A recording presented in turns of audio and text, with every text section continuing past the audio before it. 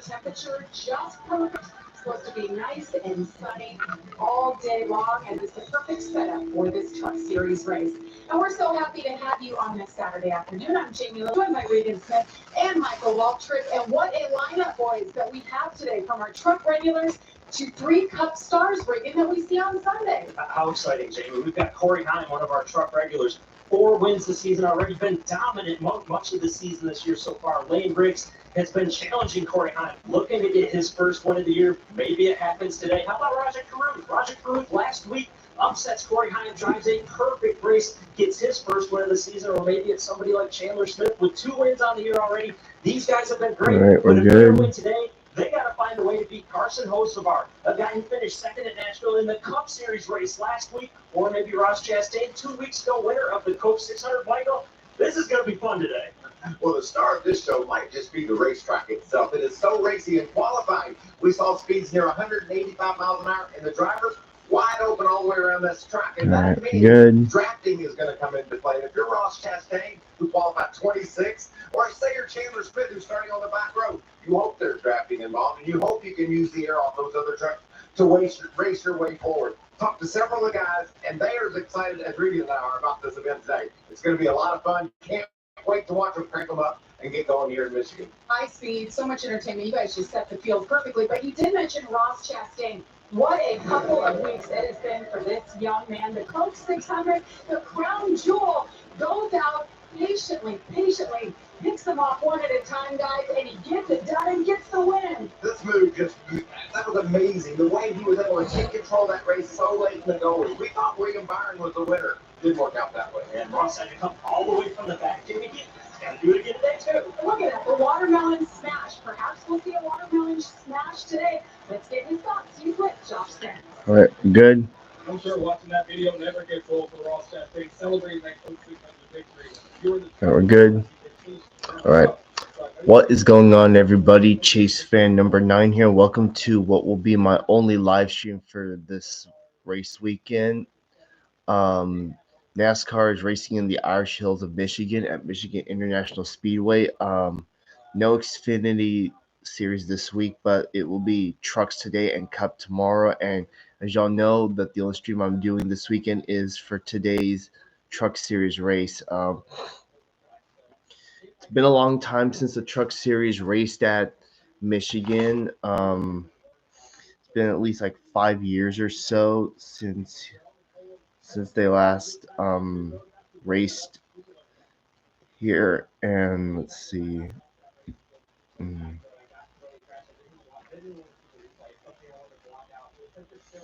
The last time the Truck Series raced at Michigan, we had a first-time winner, and that was Zane Smith, who was full-time in trucks at the time.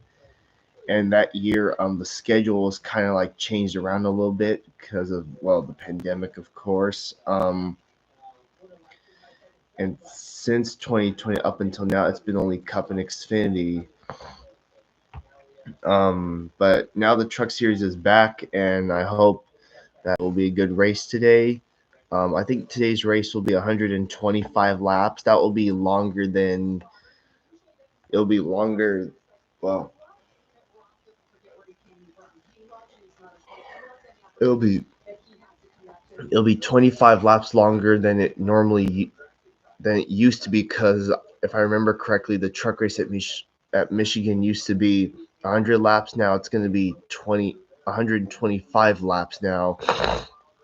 Yeah, that's how long the Xfinity race was. So yeah. Anyways, hello, She here. Welcome to the live stream. Luke Fenhouse, who's driving part-time for Thor Sport Racing, he is starting on the pole. And there are 3 Cup guys in this field. The first being Carson Hocevar, who's starting on the pole. Who else? I did see Ross Chastain, and I think that's it. I think that's all of them. I don't think I missed anyone. Corey Heim is going to start 7th. And Matt Crafton starting 3rd. Wow. This this is his best qualifying effort in years, and he's starting up there with Jake Garcia, who's starting fourth. So Thorsport starting first, third, and fourth, and sixth, because Majeski starts sixth, Connor Mosak starting eighth, and Ben Rhodes starts ninth. So all the Thorsport teammates are starting in the top 10. Our winner from last week, Raja Karuth, starting in 13th. Lane Riggs starting a little. He's starting there around the 18th spot, so he's got a lot of ground to make up. And after getting dropped by this team from last year, he's back. Yep, Corey LaJoy is back in the Truck Series, and he's back with the team that released him from his Cup Series ride late last year, Spire Motorsports. He's driving the 07 truck. Not sure what to make of him. I usually don't have much to say, but we all. So, yeah, he's in the race, and let's see how he does. And as you can also see, Norm Benning's also in this race, and also Chandler Smith and Morgan Baird. It appears that they didn't turn a lap.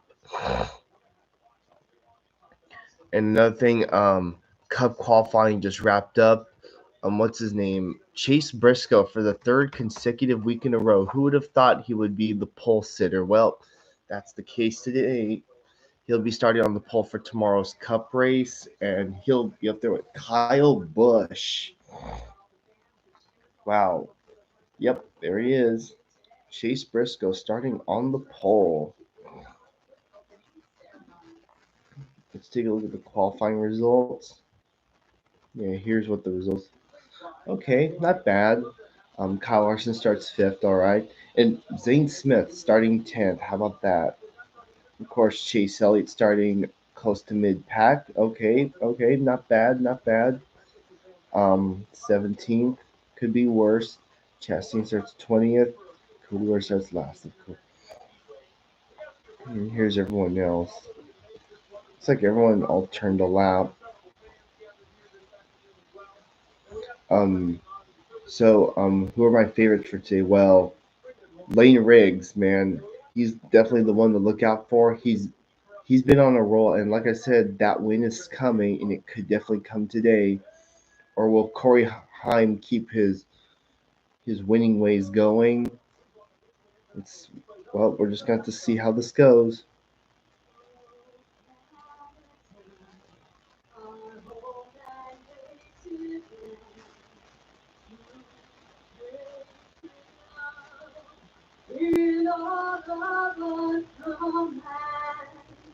With glowing heart, we speak the true Lord strong and true. From far and wide, oh Canada, we stand on God's glory.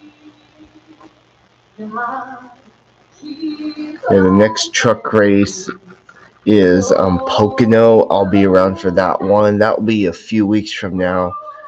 And then, of course, later on this year, the Truck Series is going to race at Lime Rock for the first time. Can't wait for that race.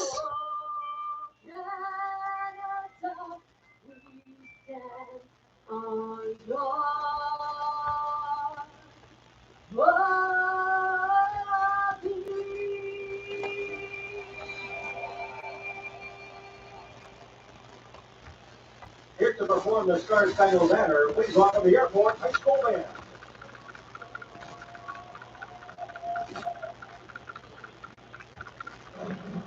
For some reason, I thought today's race was going to start at 9:30, but it was 9 o'clock, I guess. Anyways, once again,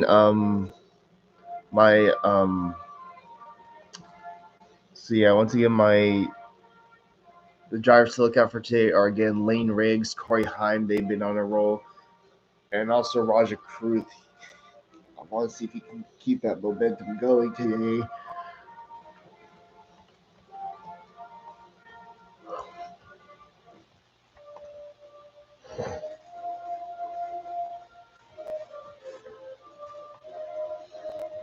other drivers I don't want to sleep on is makes you wonder if Matt Craft is maybe, I don't know, gonna pull something today.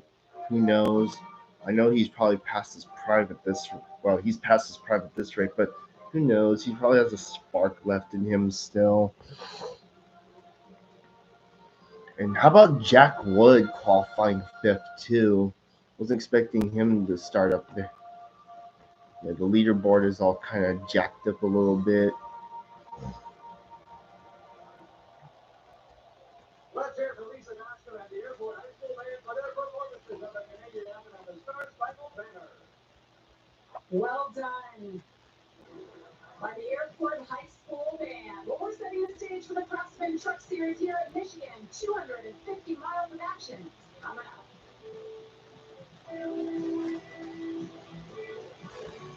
Win one championship, you're celebrated.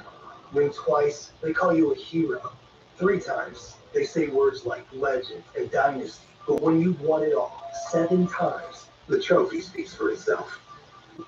Introducing the full lineup of Ram trucks. Ram, 7-time Motor Trend Truck of the Year winner. Right now, with Employee Pricing Plus, purchase and get an average of $10,900 below MSRP on the 2025 Ram 1500 Laramie, plus get $2,500 bonus cash on select models and dealer inventory.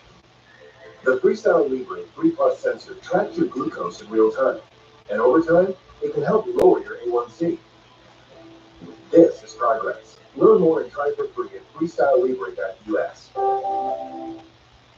The DQ Soft and Toss Chicken Strip Basket comes in your choice of honey barbecue or new buffalo. Layered with flavor from the top, bottom, and everywhere in between.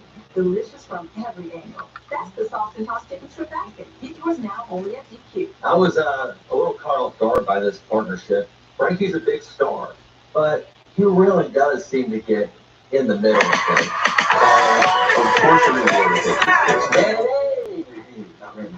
Meetings.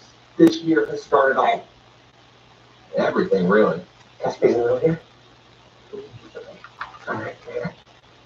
But really, super stoked to have him here.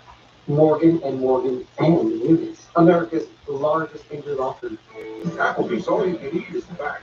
Okay, so there's a Morgan & Morgan commercial featuring Frankie Muniz. Okay. And riblets. Also done Bless me. Blood sugar's borderline. I can worry about it, or I can do something about it. New Garlic Healthy Blood Sugar Formula works safely and with a custom blend of garlic, vitamins, and minerals. And it's odor-free. I'm taking charge with Garlic. Welcome to Truck Country. Welcome to the NASCAR Craftsman. I've got to keep my eye on the Champion Series in row.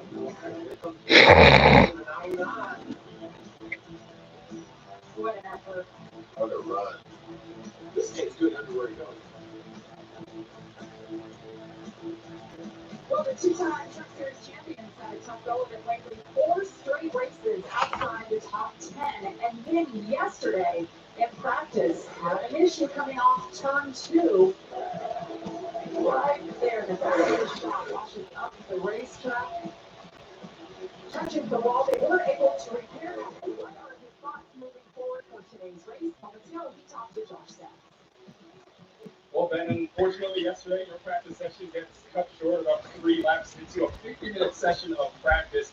So, how are you feeling going into this race, not getting the practice you wanted as you try and turn things around for your season? Yeah, it's tough. We don't get very many of those practices, so we really wanted to utilize that. But it's okay. I mean, we did the best we could with adjustments, but mainly it was just all about getting our Alright, so prepared yesterday. the page just refreshed So itself. back to one piece, 12.59, and hopefully we got a good piece under us for the race.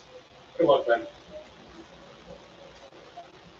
Well, Regan, Michael, what do you think? His chances are today. I know they got that hiccup out of the way, and the truck is all good, ready to go now. Well, I think the good news for Ben is he's still in the primary truck, right? We saw that contact with the wall. Wasn't too severe to where they had to go to a backup truck. So that's the good news. The bad news is obviously he didn't get to learn what he wants to learn out of it. But Ben Rose is a champion for a reason, Michael. And it's because when he's in moments of adversity, he can step up and find a way to get it done. And what a strong qualifying session it was for his teammates, too. And that those practices yesterday were very valuable for this organization. So they will share those notes. Everybody's going to know, he's had a 4-week stretch outside the top 10, so that has him below the cut line. You see that down there, 51 points back, but guys, look who's above, at, and below. So big names. Definitely some big names, and got to be a little worried, right, Roger? Good wins last week, and all of a sudden that cut line got worse, but a lot of the guys below the cut line in a must look now. And I believe all four of those guys you see below that yellow line could win this race today. This playoff picture is going to be shuffled up quite a lot throughout the summer months. And the best of those drivers starting today. Oh yeah, we're getting closer to the playoffs too for the trucks, and so far 5 drivers have locked themselves in. So far, Grant and Fingers looking good. Same with Lane Riggs. That's good. But I'm not sure about the others. I mean, I see Caden Honeycutt up there.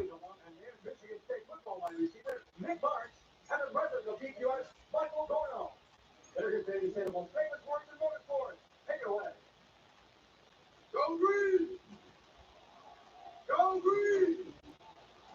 The moment you all been waiting for!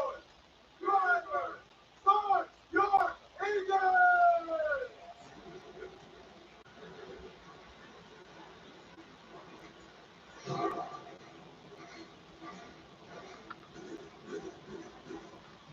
No, Cameron, you're sunk there already. 32 engines are fired. We'll drop the green flag from Michigan. If you want to sit down, the door want to move. It's better in your battle there or you're still Yoga better is a at big night. part of who I am. I love how it makes me feel. But not long ago, I felt I had to hang up this old yoga mat. You see, I have symptomatic obstructive HCM, which left me so short of breath. I felt like a bystander in my own life. So I talked to my cardiologist, and he prescribed Camzyos. He said it works by targeting what's causing my obstructive HCM. Camzyos is used to treat adults with symptomatic obstructive HCM. Camzyos may improve your symptoms and ability to be active. Camzyos may cause serious side effects, including heart failure that can lead to death, a risk that's increased with a serious infection, irregular heartbeat, or with certain other medicines. Do not stop, start, or change medicines or dose without telling your doctor. You must have echocardiograms before and during treatment. Seek help if you have new or worsening heart failure symptoms. Camzyos is only available through a restricted program. Before taking Camzyos, tell your doctor about all your medical conditions and current or planned pregnancy. With Camzyos reducing my symptoms, I've gone from sitting on the sidelines to being back in the game. My name is Stephanie, and this is my Camzyos moment. Call your cardiologist today and see if a Camzyos moment may be in your future too. Looks like we've told people Liberty Mutual customizes your car insurance so you only pay for what you need. Huh. Only pay for what you need. Like NASCAR, but don't know who to root for? Toyota's got you covered. This guy went from dirt tracks to cup cars. This new kid is all gas, no brakes. And him, it's a pre-time Daytona winner, no big deal. That's just a taste of what team would play. Now you're up to speed. Me? At Ace, however you grill, we've got the perfect one for you. Okay, so she went into a firing range today. Okay, that's nice. Yeah, but it is what it is. Xfinity Series will be back at Michigan someday. Next year, maybe. Who knows? I doubt it.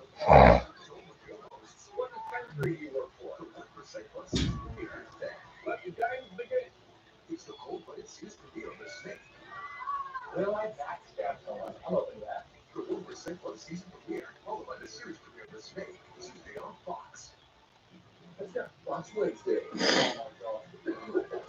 Yeah, well, I still have to sign up for it. That is one fat rat. I said enough. I'm going in. This actually is not a friend.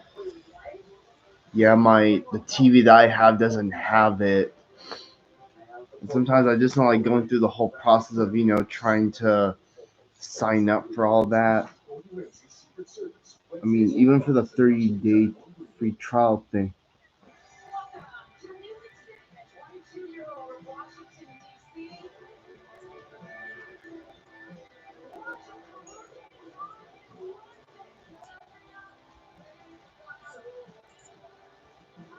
I hope one day to get a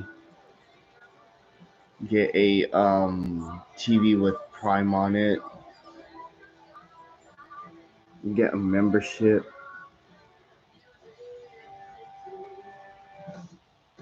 A hard-fought win and a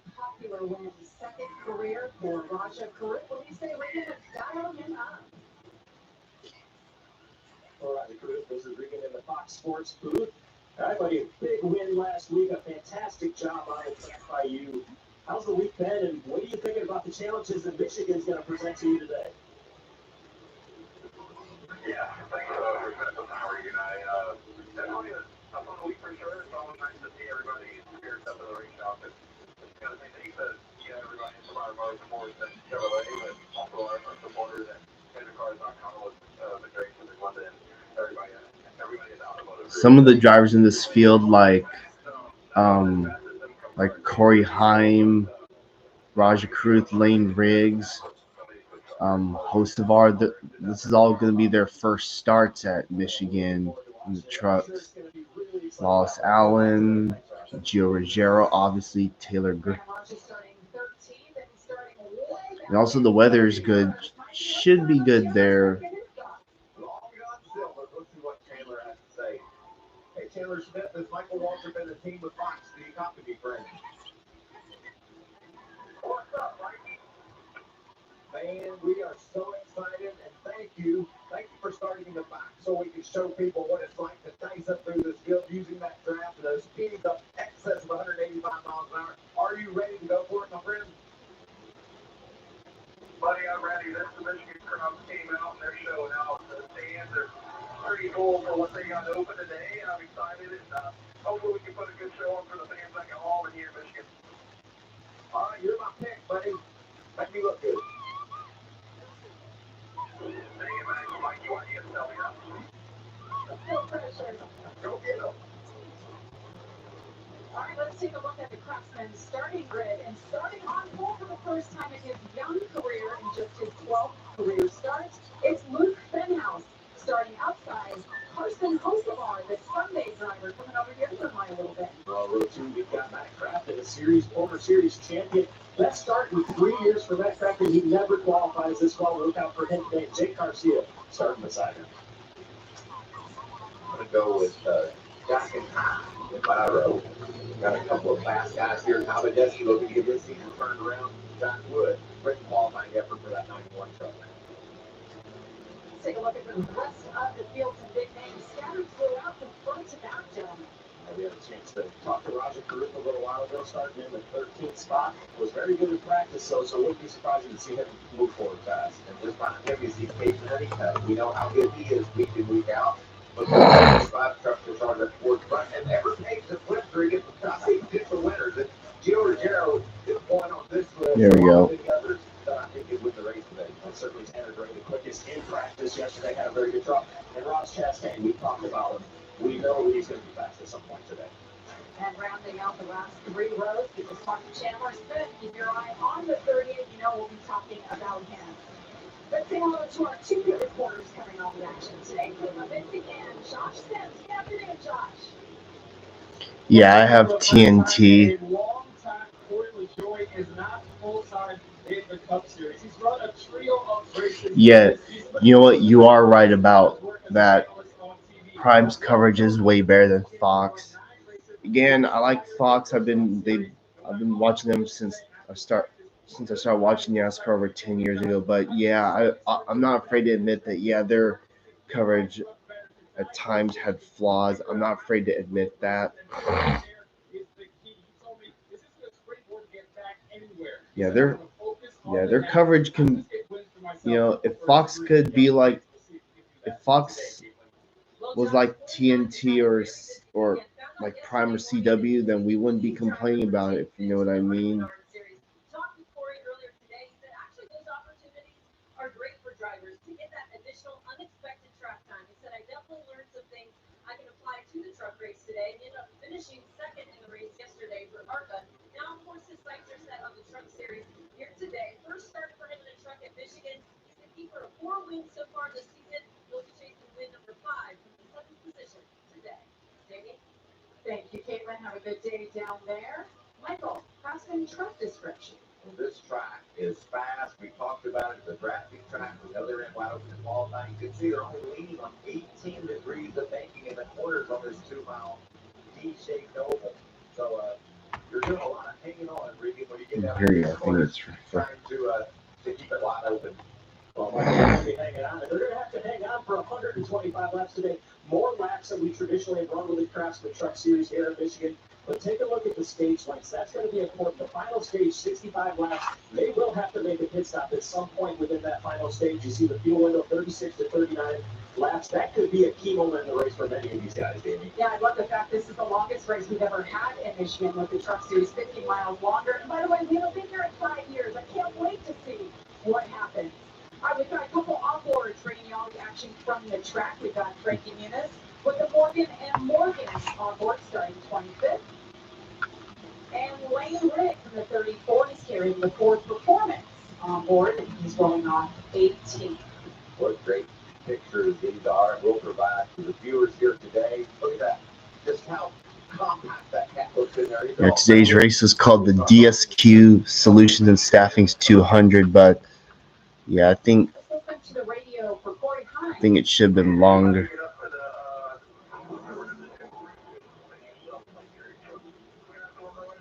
Hello, Eric. Welcome to the live stream. Yeah, give the leaderboard a moment to like refresh and all that. I'm constantly hitting refreshed, so. We expect this track to get very wide today. The residue he was mentioning was something they put down in years past in Michigan, and it's kind of a line where the track's a little bit darker. The drivers. Yeah, the leaderboard. I'll just give it a moment to like fix itself. But just trying to understand where the track's at before they go green. I think that's really interesting. You know, usually you're thinking, let's get to the bottom. Corey, I'm thinking, let's get to the top. Oh, and another thing, this weekend's also a big week for me because tomorrow is my birthday. Yes, I turn 25 tomorrow. Man, it feels good knowing that I'm going to be 25 tomorrow. Unfortunately, because the race will be not on TV, unfortunately, but it is what it is. But I hope my favorite driver can go out on top and win on my birthday. It's happened before with Dale Jr., and it can happen again with Chase Elliott. But anyways, let's get that out of the way. Pace truck heads to pit road. Green flag. Here we go. We are racing at Michigan. Here we go.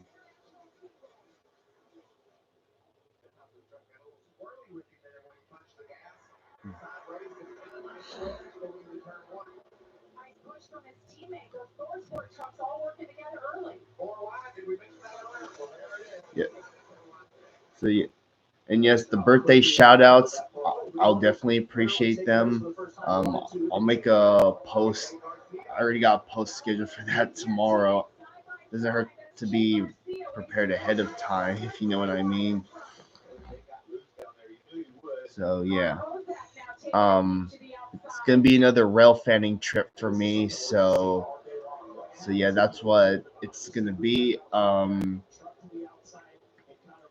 And I'm saying this because usually around this week, you think NASCAR would be in Sonoma this week, but unfortunately that's not the case because Sonoma is next month. I'm still vouching for Sonoma to be run early on in the season. I hope that will be the case someday. And of course, oh yeah, Dover, July, kind of strange. I mean, I'm used to having it towards the latter end of in the month of May or the early part of June. So there's that. Oh yeah, I remember that.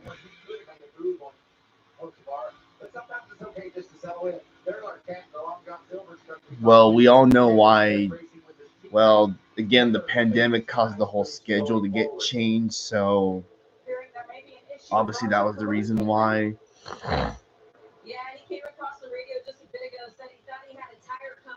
It's like 71's on pit road with a possible tire down.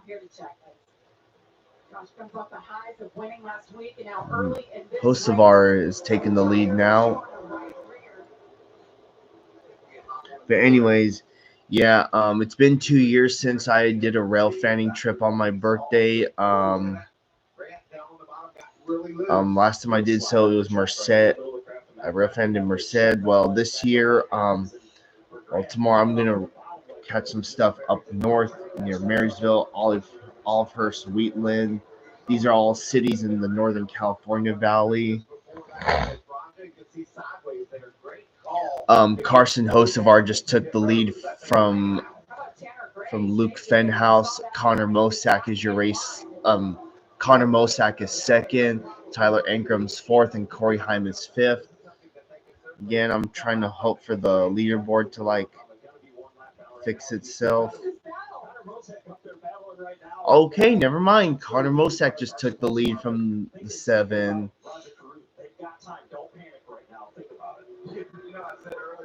Oh, 71's looking.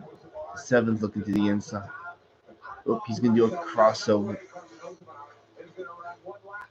Never mind. He just took the lead back. Oh yeah, the 81 and 18 are teammates, so of course they're gonna somehow push each other.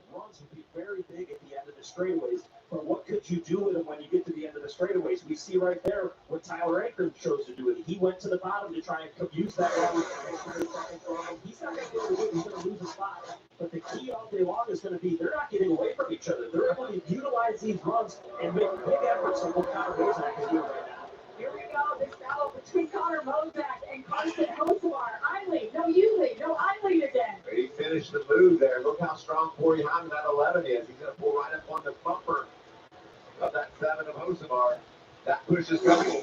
Mosack's going to lead that lap. Well, they know Corey Hyman's been the man to beat every single week in the truck series, and now he's already moved his way up to 3rd.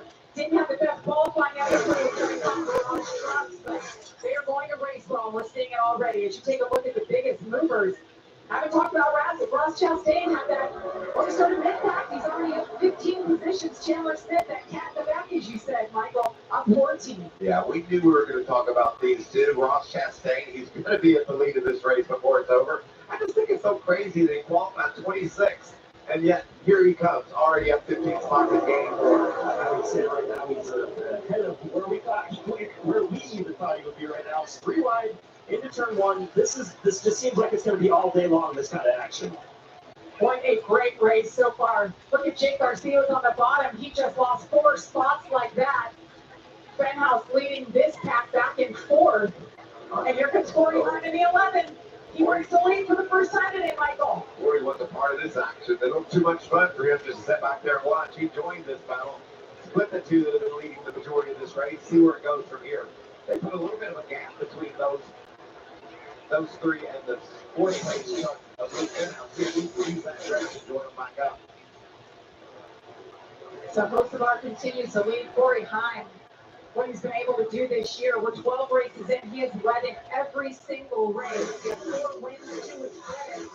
Hocevar in a 7 truck, he's just here for wins. Just jumps in and out of this truck, and here for the 3rd time this season.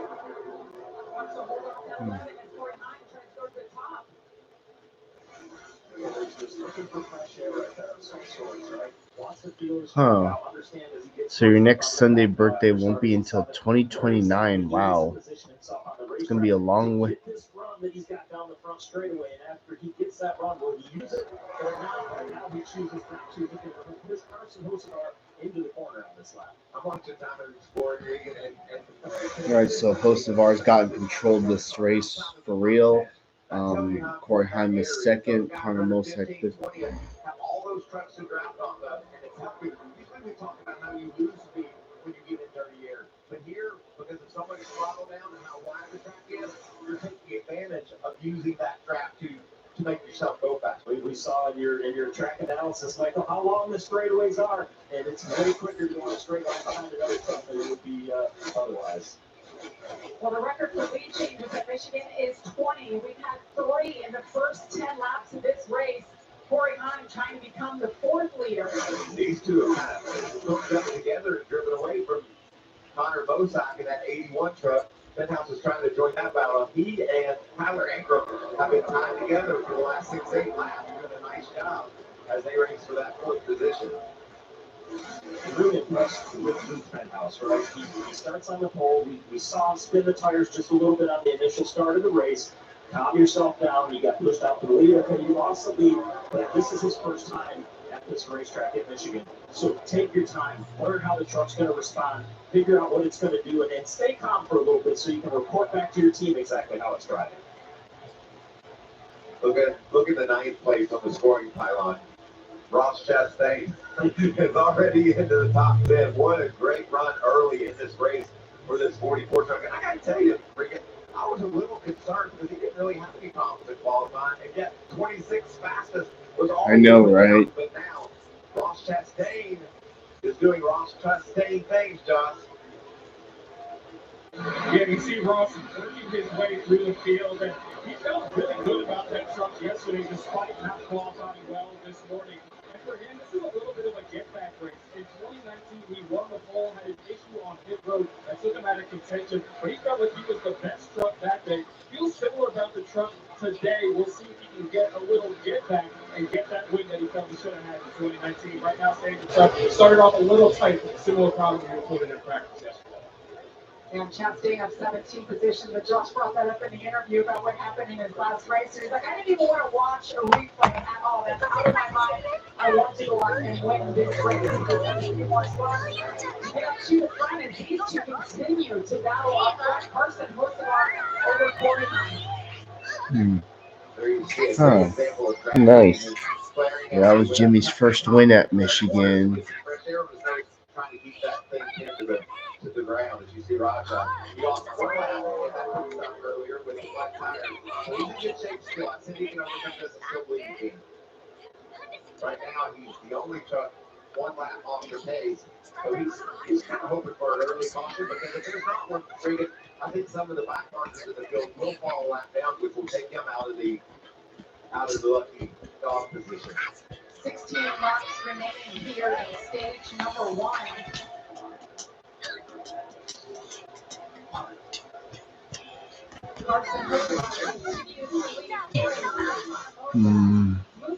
Yeah, I think you're about right. I think the speed is within that range, between 185 and 195.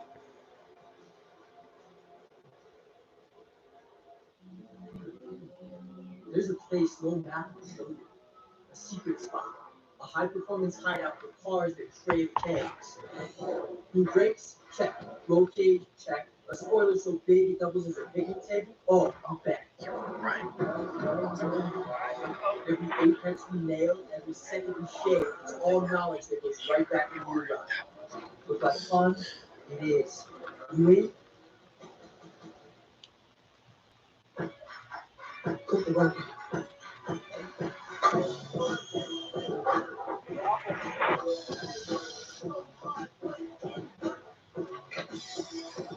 Mommy, I have to go potty. You gotta do it, please. Oh.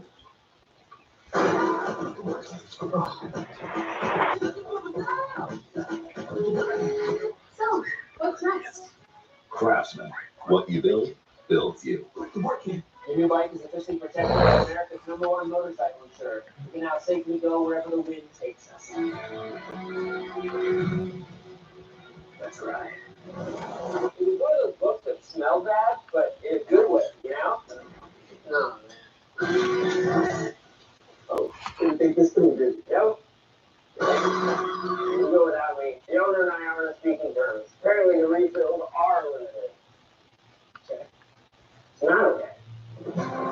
Every stride writes a story, and history unfolds at the Belmont State. Now, 2 thoroughbreds have dominated the headlines, but only one will get the last word.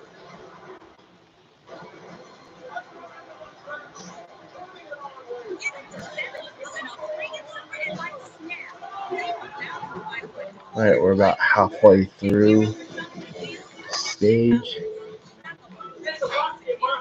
Yeah, I noticed. Norm Benning's off track.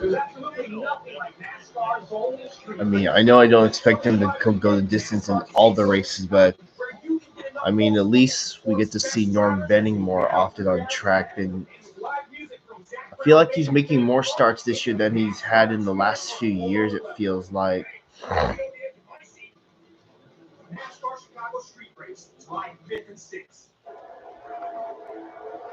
Welcome back to the NASCAR Craftsman Truck Series, live from Michigan, as Carson Kosovar continues to lead over Corey. 107 laps to go, 12 laps to go in stage number 1. So what exactly is Corey Heim doing right now? Is he trying to figure things out? Oh yeah, I have to remember Lime Rock Park is in Connecticut. Carson Bolsovar a number of times and looking like he can potentially make that move as we see lap traffic very dicey right now for these guys trying to pick the right lane, where to go, what to do to stay right there with your competition. No, that's going to be quite a field on. Jamie, what we're seeing there is these guys maybe trying to get themselves separated from some of the other trucks just a little bit, push themselves out ahead. It's going to be quite a field, quite a race. And yeah, truck series race today. 1, 2, 3, 4, 5, 6, 7, 8.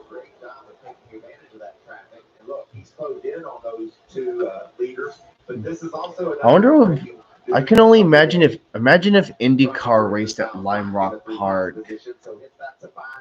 I'm not. Yeah, I don't think it would ever happen, but I highly doubt it would. Who says that? Oh, no, that's the 2.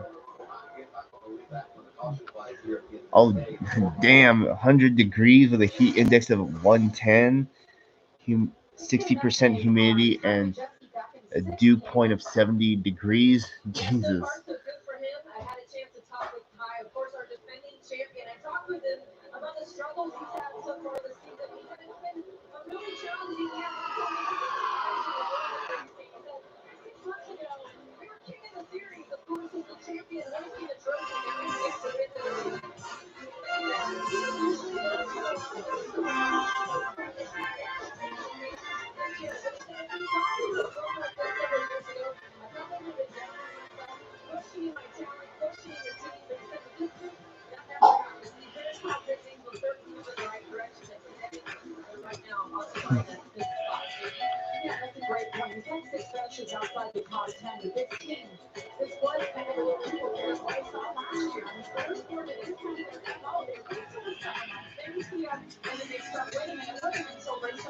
Oh, it's the IMSA race. Okay. Yeah. That's why it's always best to come prepared.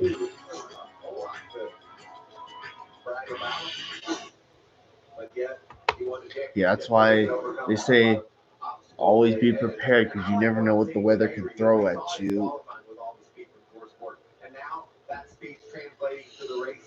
Yeah, when I go to Sonoma next year, I'm gonna have to come prepared. I'm gonna need some ice packs, cooling towel, everything. He is a workhorse. He knows every part and piece that's on that truck. He knows how to describe it to his team to help make that truck better, how to fix it if something's not exactly where they want it. And I think that's why we see his trend line continue to get better as the year goes, much like last year, Jamie. By the time we got to Phoenix for the championship, this team was lights out when we got there. He's a big part of that. They were. Well, Chandler Smith, the driver that started on the last row, had problems in qualifying up to 13. What are you hearing, Josh?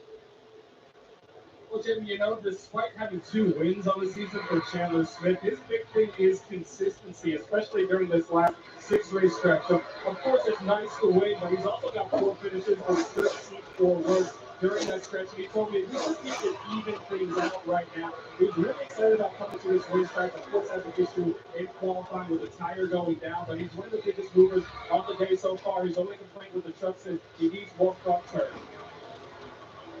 I have a feeling in about 6 laps we're going to be seeing a busy pit road with lots of adjustments for these trucks. Yeah, the more experience you are getting, the better that those adjustments will set your truck. These drivers, such as Chandler Smith, who has a ton of NASCAR experience, he knows what he's looking for. He's able to talk to his team, and they can make decisions based on his feedback. He has so much experience. And something else to keep in mind for a guy like Chandler Smith, or even Ross Chastain, both of whom have come from the back towards the front right now. They've had to work their equipment harder than maybe some of the guys at the front. They can run the lane just like they want to. They've had to ask for a little bit more out of those tires, and that can affect the handling balance. Yes, okay. Okay. Change again. So they want to get as far forward as quick as they can so they can get a good read on what's going to be later in the race. Grant Edgar was up there in the next birthday. He's in 15th now. Let's listen in on his radio what he's dealing with.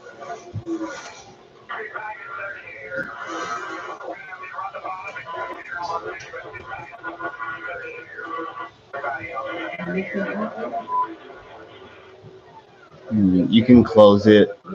You can close it. I told you that's another experienced veteran. He's able to tell exactly what he needs. The spotter's saying that no one else is doing very good at their area. We see these guys zigging and zagging when they get in the corner. One guy goes loud, goes low, the other guy goes high.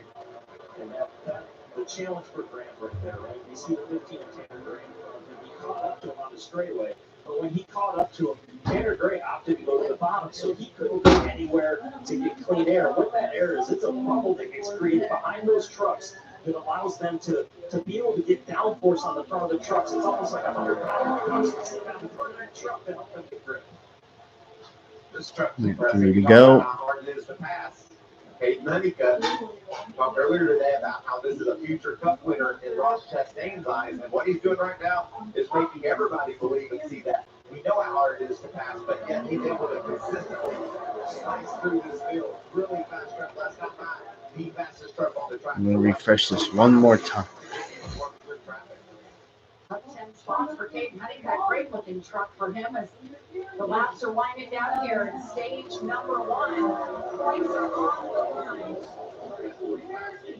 45 starts to look a little bit higher to see if there's anything up there. There's a move by the 45 of Honeycutt. He's got another spot reading. This is impressive. And that was a textbook move. Catch the draft all the way down the straightaway, clear when you make the move to the bottom end of the corner. And then we see the 66 of Luke Fenhouse get a little bit tight behind him and moves the nose just a little bit. That's exactly how you want it. Luke Fenhouse still holding down in the top 10. Tyler Ankrum going after him for 6th place. All right, final lap, stage 1. Well, this is the point where we see it maybe has been holding back just a little bit, sizing up Carson Kosovar to figure out exactly what he's got. We've seen go to the top like he's been doing in 1-2, a little tight as he went up there, maybe a little more separation with it than what he wants right here. Final lap of stage number 1. Corey Hine has been the king of stage wins. He already has 9. There he goes. Takes a look to the I'm looking to the wow. Wow. That was a clean pass.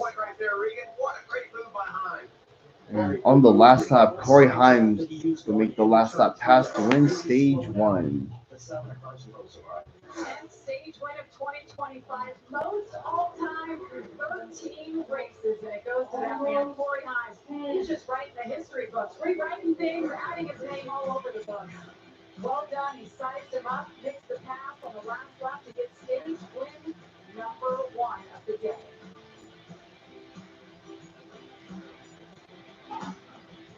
Gary, used car shopping can't hurt you. What if I repay?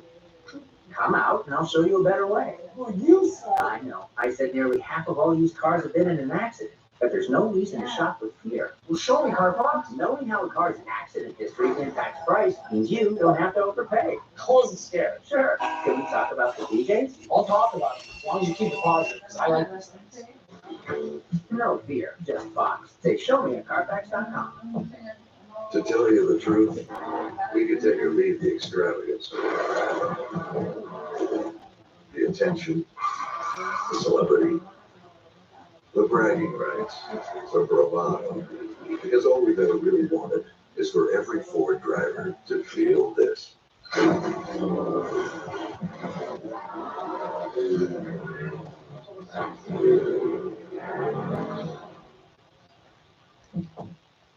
Rafael Devers leads the Red Sox against Aaron Judge and the rival Yankees tonight at Pretty 7 much. Eastern on Fox.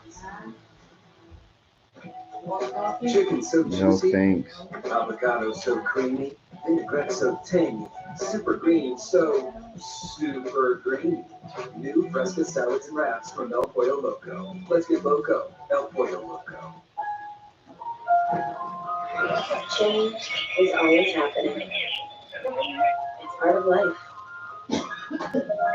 Here at Xfinity, we want to do our part to keep one thing the same, with a 5-year price guarantee on our internet.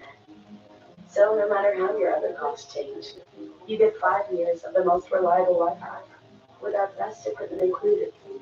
For a price that's exactly the same. Federal agents conduct sweeping immigration raids across Los Angeles. And Dr. Sheriff Calvin Justice were arrested during the sweep at angry Hello?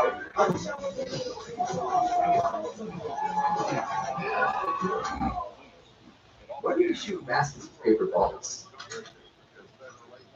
For the same reason we play Scraftsman in the California Lottery. Because when we play, every day. El Pollo Loco's Fire Grill Combos, starting at $5.99. Value meal prices and portions that actually fill you up. $5.99 Fire Grill Combos at El Pollo Loco. Let's get loco. El Pollo Loco. Price and participation may vary. Tax extra. This is the Mahindra Rock Sword, the side-by-side that doesn't play by the rules. The other guys think plastic can hack it. The Rock Sword rides with steel. They pull back on power. The Rock Sword packs a turbo diesel punch. And when they start breaking down, the Rock Sword's barely broken in. The Mahindra Rock Sword, built like nothing else. Our best in the field deals are here. Get 0% on select models on a new Rock Sword today. Welcome back to the NASCAR Craftsman Truck Series from Michigan. So just like that, stage one is in the books, and what a stage it was. 4 different leaders, and Corey Heim held his own, held on, just tucked in behind Carson Husbar, made his move on the last lap to get that stage, win the playoff point, and now he has led in all 13 races this season. Pretty amazing stuff. But speaking of amazing stuff, the 2 gentlemen standing to my left, they know how to get around this place and find victory. Let's look at yours, Michael. Yeah, mine was really special. I have a really awesome hill and on memory of winning this race that day. Holding off Fox Sports colleague Tom O'Dine, able to get around him late to going and win the race. The trophy of Michigan is really cool. I love it. The Bell's 250 and it's 2 Bears. Yes, Mikey winning the Michigan Xfinity race back in 2002. Love to see it. I remember hearing about this race. Kyle Larson, opportunity to go out there and beat Kyle Larson, which I don't know that I did that too many times in my career, so I try to take the opportunities when they're there to enjoy that, and certainly Kyle has gone on to great cup success since that day right there, but what a fun racetrack, and what a cool place to race as we're seeing. I need to get on the Regan Smith bandwagon. Regan Smith still has die-cast available from 2013 when he drove for Junior Motorsports back then on Circle B. I just think that shows you how talented and smart this kid is. He could have clearly gotten that move done on Carson before the last lap to see if it would have worked or not. But then Carson was just going to do it right back to him. So the fact that he just knew that he was good enough to patiently wait and do it on the last lap coming to the green, white checkers, that's pretty cool. Very tactical by Corey Heim. We'll have to see if he uses that later in the race. Corey Heim over Carson Husbar, Connor Mosak, and pit road is open. They're coming our way, Josh.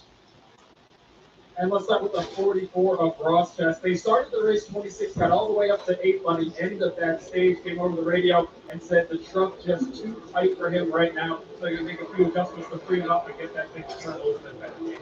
Carson Husbar, the middle of second in the stage, 3rd truck start of the year, saying just free the whole time. He said I could use a little more security in the rear, asked for a small adjustment.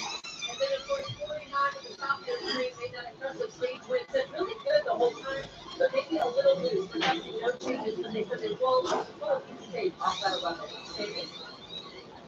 Thank you, Caitlin. Yes, a lot of adjustments to these race trucks recently. They know what they have. They know what they needed to be better here for this recent coming up. See between the 2 leaders right there to hold serve off the pit road, meaning they stay in the nice job by their pit crews. Right, so Heim moved the race on pit road. Oh yeah, on this day 9 years ago. Absolutely. Stage number 2 coming at you. It'll be a 30-lap run, just like stage number 1. And Corey Heim, hang on. We'll be back from Michigan. Right down here. So, you like NASCAR but don't know who to root for? Here's some Toyota legends from get behind. Meet Tyler Reddick. Crushed it in the Xfinity Series and now he's here. Basically the Cinderella story if Cinderella drove 200 miles per hour. Then there's John Hunter Nemechek. New kid on the block. All gas, no brakes. Oh, and Denny Hamlin. Ever heard of Daytona? He's won it 3 times. No big deal. You have a lot of drivers, all legends. You in?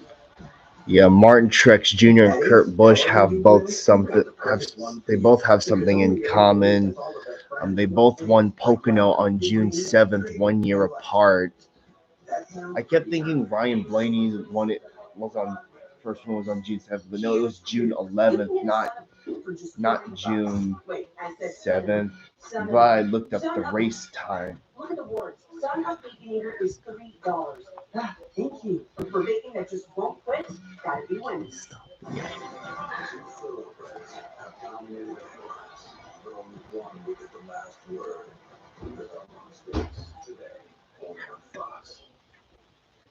It's time for the Coke debate. Who's the greatest cash banker of all time? I earn 1.5% on finger paint. Got 3% on barbecue too. Ain't the only thing that's getting smoked. You just dash back like a pro with Chase freedom on you. How do you?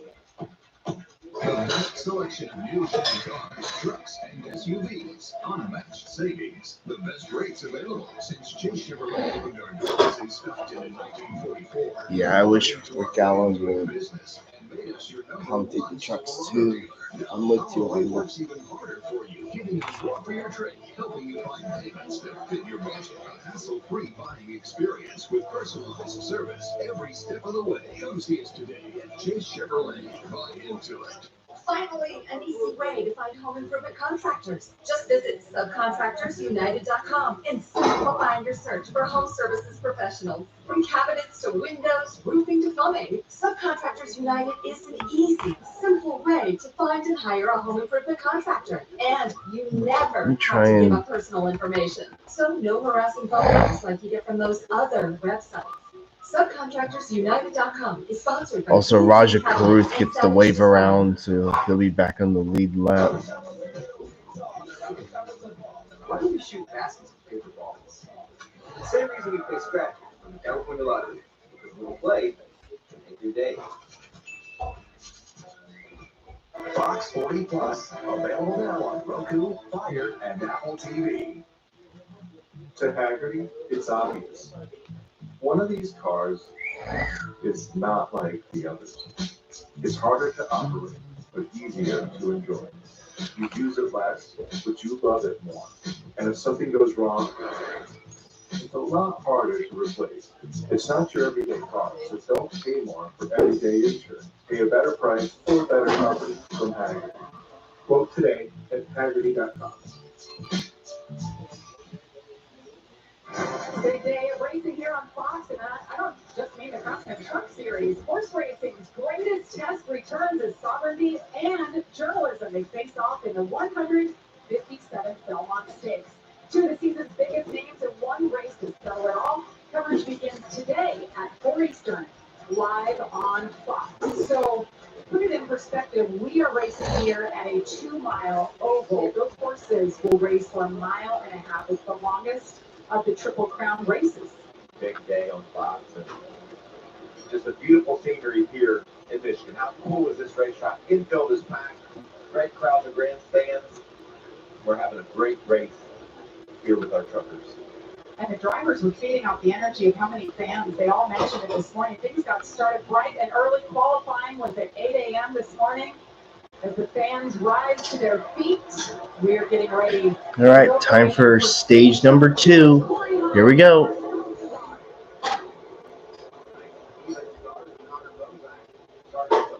They're choosing up, and when they choose up, this is the same action we saw from the very beginning. Kosovar behind Corey Heim on the outside. Wasted no time in stage 1, getting to the front. This is when those spotters are so valuable. We can look how tight these things are. We see the show right now. Those cars getting Corey Heim. First actually chose the outside behind Corey Heim. It was 2 wide. The back straightaway knew he would be able to push him out there and make it clear for the lead right there, which is exactly what they did. Look at Tyler Jepsy, defending series champion, up to 3rd. He made his presence known up there for the oh, look how close that is. Tyler Abrams trying to cut off Ross Chastain. Not only did he try to, he did it. He cut it off, he blocked it. And the result from that move, right? Ross Chastain loses all his momentum He's trying to get back up in line. He chooses to do so in front of Chandler Smith, but we saw how tight that got right there. And he tries to throw another block on Chandler. Chandler's not having it this time. Chandler makes the move, gets around Ross Chastain. Had a little help maybe from Daniel Hemrick right there in the 19 truck. And we're going to continue to see that get more and more aggressive as the race goes I on. know Rogero's made his way up to 5th place. Once again, Roger Cruz took the wave around to get back on the lead lap. Right here, very aggressive pushes down the front straightaway. And pushes for the lead, too. Tom Majeski trying to get most part of the push he needs. He loses momentum. And here comes Connor Rodak again. Wow. Just great racing. Hey, Honeycutt's going to flare up high in that 45. He's joined the battle. We saw this early initial start of the race. These guys got towards the front. It took until about 15 to 20 laps in to the run before maybe there was some separation. The difference is a couple different players up there. Jeski in third. What's his truck going to do with the rookie slot? Hey, Honeycutt right there was on the move. He had Gio Ruggiero in that 17 cleared. Lost that momentum, gave up that spot, back to 6. There's no way to explain how crazy that air is. I mean, to me, these guys have a choice. They were like, push or give me the one as you see the ball out there for the lead. Here comes Carson Kosovar. Lost that lead to the 11 at Corey Hine on the last lap of stage 1. Now he regains the lead here. 20 laps to go in stage number 2. Carson really made that move look relatively simple. Yeah, I know. Seeing where each other's at right now, right? There's and we see side by side right now. Ross Chastain again side by side with somebody. Here comes Chandler. There's also a home race for Carson Hocevar for both Cup and Truck since he's from Michigan.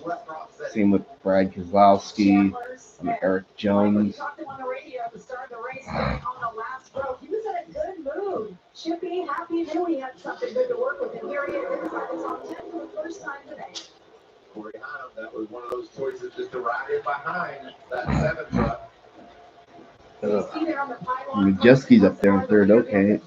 That means he is turning back this lap of the day. If you are a Truck Series regular, that earns you an extra point. He's not a regular, he doesn't get the point, but he is the fastest. What?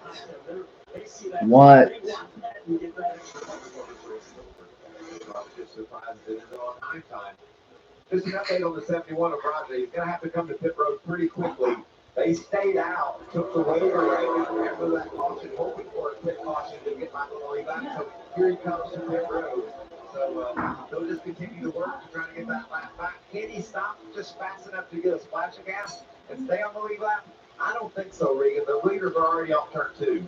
It seems like it would be really tight to make that work, but what the play was there, let's see if we get a quick yellow on this restart. If we can get a quick yellow, and all of a sudden you change our races. They are going to opt to change tires on this stop, Michael. I don't hate that move, right? You got to try something to get that lap back at some point. And what he'll do is just stay out at the end of this caution, at the end of this stage, if nothing happens between now and then be ready to run into that third stage. We've already documented that you're going to have to stop getting it back. Well, Roger Cruz just lost the. This battle back here for 12th. Daniel Hemrick, Andres Perez, Lane Briggs. Haven't talked a whole lot about him as we go on board. Goes to the inside, picks up, tries to clear Andres Perez. He does for 13. And that's the challenge with making the pass on corner exit, is that the truck on the outside is actually going to lose a kind of spot here. That Henfinger puts him 3 wide. Now, can Grant complete it or not? He's going to come up next to him and hit the side draft off the Grant, try to slow him down even more than he already was. But you see what happens. Grant chases him to the bottom, and that side draft just affects both of those trucks as it's getting wild up here. That Craftsman said, I see it opening, and I think I'm going to take it. 18 truckers in the field have never raced a truck here. Meanwhile, the guy in the 88 right there making that big move. His 20th truck race here at Michigan. Wallace Allen in that 1 truck. He joins this battle, gives Briggs a shove, leaves Matt in their dust. As we look at the battle for 4th on the other side of the screen, Gio's really fast right now, trying to get under that 45 of Caden Honeycutt. Didn't quite get there, Regan. Man, listen, I got no mention that as the race plays out, it does get so incredibly critical to have that communication with your spotter to be able to make those clears when the moment comes. And we could see mistakes on that. At least the lap counting time is accurate, your spotter doesn't say it, you turn yourself into the because we are 14 laps into, well, we have 14 to go in stage 2. Craftsman has a decision to make here and watch Brigid when he flares to the inside. And wow, he's really out to go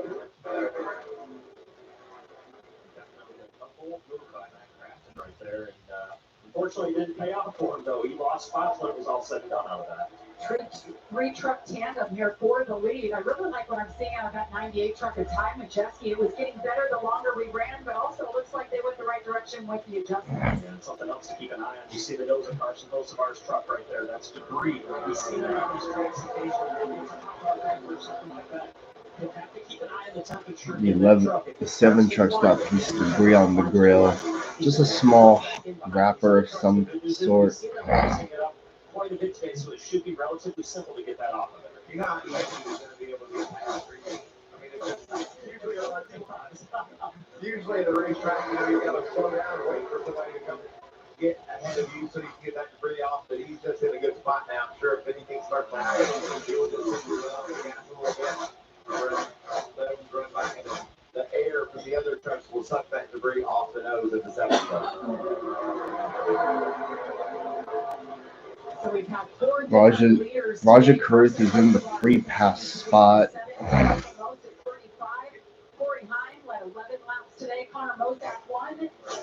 11 to go in stage 2 now. 11 laps to go here in stage number 2 from Michigan. Carson Hosevar continues to lead. Win one championship, you're celebrated. Win twice, they call you a hero. 3 times, they say words like legend and dynasty. But when you've won it all, 7 times, the trophy speaks for itself. Introducing the full lineup of Ram trucks. Ram, 7-time Motor Trend Truck of the Year winner. Right now, with Employee Pricing Plus, purchase and get an average of $10,900 below MSRP on the 2025 Ram 1500 Laramie, plus get $2,500 bonus cash on select models and dealer inventory.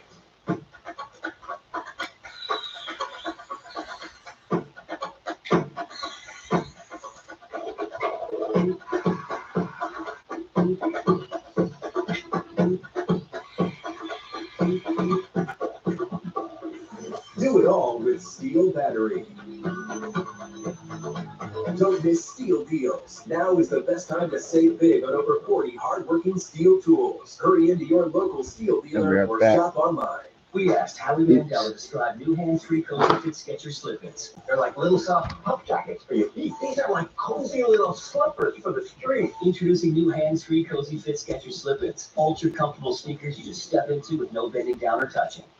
My blood sugar is borderline. I can worry about it, or I can do something about it. New Garlic Healthy Blood Sugar Formula works safely and naturally with a custom blend of garlic, vitamins, and minerals. And it's odor-free. I'm taking charge with Garlic.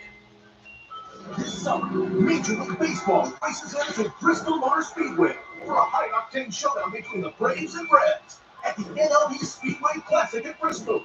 The party starts early with a special pre-game concert featuring music superstar Tim McGraw. This isn't just another baseball game.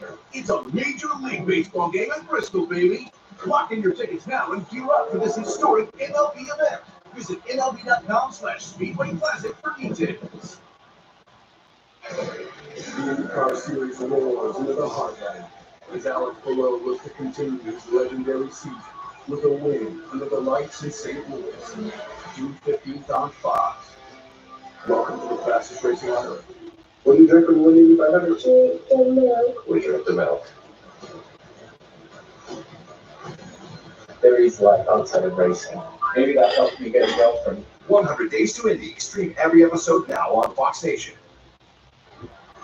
Welcome to Truck Country.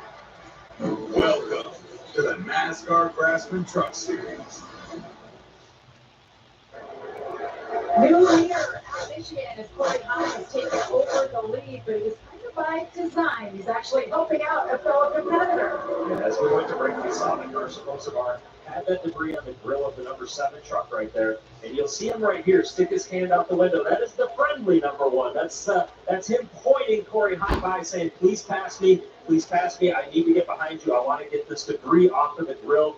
And that's exactly what he was able to do, Michael. Corey Heim goes by him, and shortly thereafter, able to get that debris. And you might ask, why would Corey Heim do that? If Carson's injured or not, just let him stay out there or not. Well, because if Corey Heim doesn't pass him, he just stays behind him. Somebody else is going to go out there and pass him. It seemed like it was friendly, and it was, but it was just something that you have to take advantage of when the leader tells you to go around. And you might ask, how do you get that off of the nose? But that turbulent air behind the truck is so turbulent, it upsets what's going on the front of the truck behind you, but that's what allows that paper to get off of there. If the air disrupts that enough and it changes the air pressure, it blows right off of it. And AC Carson Hocevar has now worked his way back up to second. He can fall back to third for behind Tyler Jesse, but trying to get back up there and get behind. And this is an interesting part of the race for me, too, because we saw what Corey Heim was able to do in the All right. now the roles are All right. reversed. 4 to go in stage 2. Carson Hocevar and not let him run. And that's going to be something he'll have to All right, so Corey Heim is your leader. Another huge piece of debris on the nose of it that they'll have to keep an eye again. Oh, I think it's off. And it did get off. Okay. Corey, help us out again. And Corey hold off. See that big run right there? That's what Carson's going to do on the last lap. That's what he's just playing around with now. He's playing with his throttle pedal, falling back enough to see how big of a run he can get. And Corey's got to figure out how he's going to block that run. He desperately wants to win this stage as well. That playoff point could mean everything when it comes to racing for a championship. But you know how good Carson Hocevar is, and he's got it sized up right now. And a little interesting here, so we see Carson Hocevar in the 7 truck going lower than Corey Heim. It was actually the opposite at the end of stage 1, whereas Carson Hocevar was running down on the bottom. Corey Heim was actually using the high side to create that run. And we'll have to see how that plays out for the run that Carson's able to create when he's making those moves. And if Carson starts trying to roll off the gas a little bit, or excuse me, Corey as the leader, just to keep that big gap. Then here comes Tom Majeski. Here comes Dave Honeycutt. They're inviting more people over to the party, and I don't think they want that either. It's just so fun to see 2 very highly intelligent race car drivers right there out there trying to figure out exactly which way it's going to work out best for them based on their position, of course, being different now than it was the previous stage. They're playing with air. That's what they're doing right now. They're using their throttle. They're using their dragging the brakes a little bit, just playing with the air to get the best scenario for this run to the checker. 2 laps remaining in stage number 2 is Hocevar. He's trying. Can't make it work just yet. So he ducks back in and maybe just a little play in there to see if he can make it work like it did work, and I think he's ready to go up again on the last lap. So this move by Corey Heim over Carson Hocevar on the last lap of stage 1, and it worked beautifully. It worked down into turn 3, though. 1 to go. Remember what you did to me, buddy? Oh, yes, he does. Corey Heim opts to go up to the top side, of course, to help disrupt the air on the front of Carson Hocevar's truck. Trying to do everything he can to just give him a curveball that he doesn't expect. See him go to the bottom. He's trying to break the air from behind him, not allow Carson to get a run on him. That was a great move by Heim. That broke up that traffic up. We put a couple of 3 extra trucks in between our 2 leaders. Coming off turn 4, flag is in. Corey Heim's going to sweep the stage. Corey Heim for the 4th time this season. He has won both stages of the race. Masterful job working the air, Regan. That was a great explanation of exactly what they were doing and working together there or against each other to get that stage win.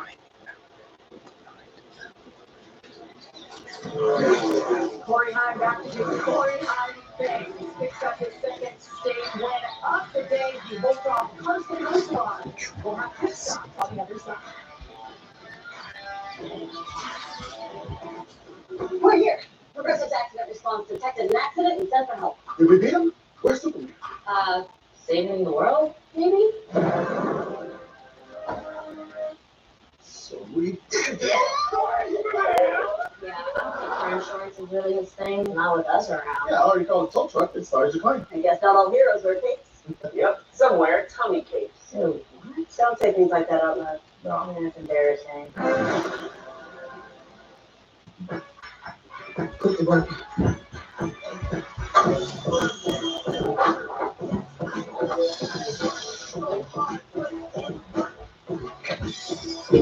Mommy, I have to go potty.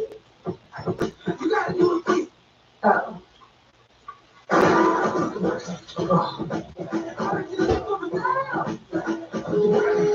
So, what's next? Craftsman. What you build, builds you. To tell you the truth, we could take or leave the extravagance, the attention, the celebrity, the bragging rights, the bravado. Because all we've ever really wanted is for every Ford driver to feel this.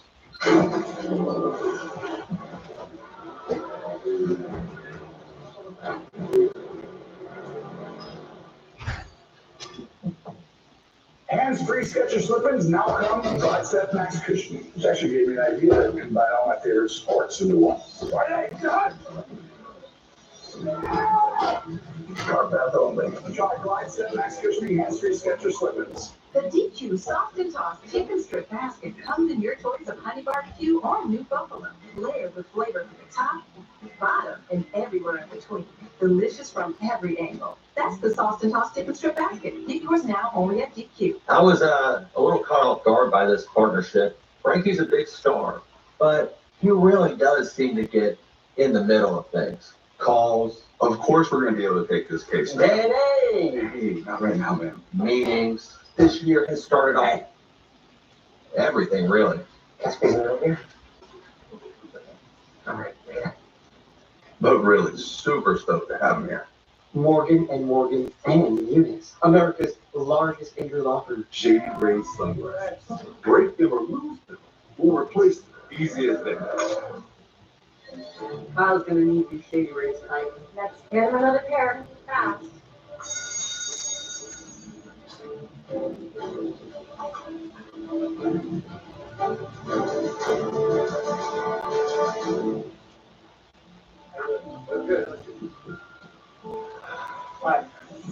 Shady Rays. Eyewear that has your back.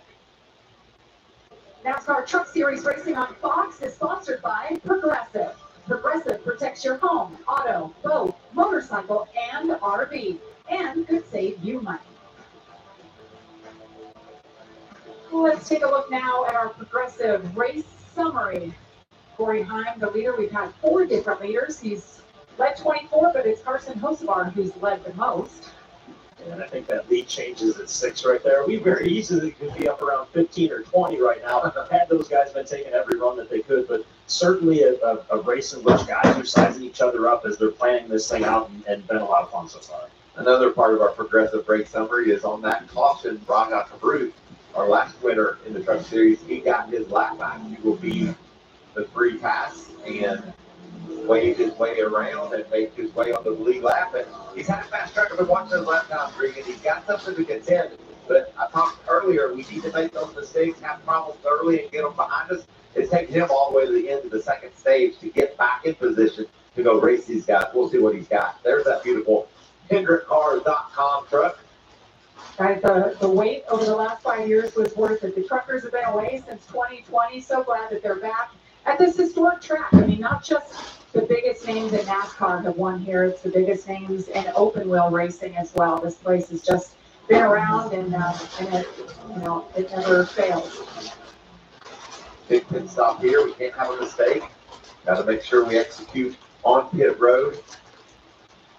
So we talked a lot about Heim and Hosevar and them passing each other, working together to get debris off the nose. They come a little bit of a history, Michael.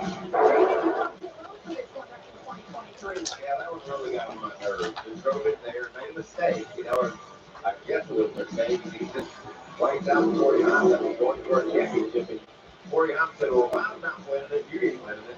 And these guys have had sort of bad blood ever since this night in Phoenix, and I don't blame them. You got to roll up your sleeves every now and then. And Corey rolled held his up and said, I'm taking you out now. I guarantee that they're both remembering that right now today. They want to beat each other today. Absolutely. A lot on the line. They're coming your way, Josh. So 45, Caden Honeycutt fired off tighter in the first stage, made some adjustments, and he said the truck was actually tighter firing off during that last run. Steve said we're going to make some air pressure adjustments to help him out. So he needs just a little bit more to be able to run with that top 3.30. Now looking at Carson Host cars earlier screen, he was at water temp 220. Optimal temperature is 180 to 210, so he felt a little down on power since he overheated. Also said he needs more front turn. The rear is fine, as crew chief assured him that engine is okay. Now looking at Corey Hines at the top of your screen, saying just a tick free, lacking maneuverability overall. Wants to be secured up a bit. Air pressure adjustment for the 11. The 11 crew got it done last time. They get it done this time. Corey Hines out front. The rest follow suit, Michael. But Caden Honeycutt maybe popped up the spot. Yeah, he did. That's been a fast truck. Have my eye on him. We'll see what he can do now. He's going to be in that second row, maybe even on the front row if he chooses to be. All the adjustments are in the books. We'll probably have at least one more stop. We have to. As you see, look at this. Yes. Celebrate every time. Got it done. Time. Before taking Breztri for my COPD, I had bad days. Days ruined by flare-ups. That could permanently damage my lungs. Then I talked to my doctor about Breztri, and I noticed things changed.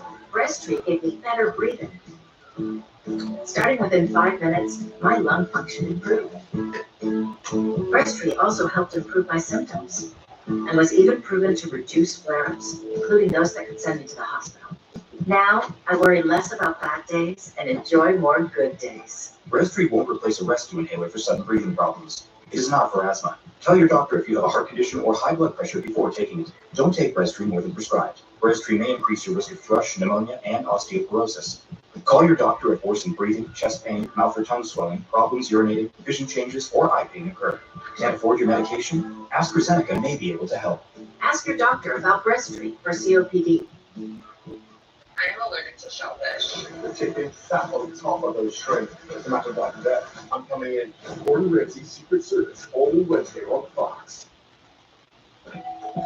Chicken so juicy, avocado so creamy, vinaigrette so tangy, super green so super green. New Fresca salads and wraps from El Pollo Loco. Let's get loco. El Pollo Loco.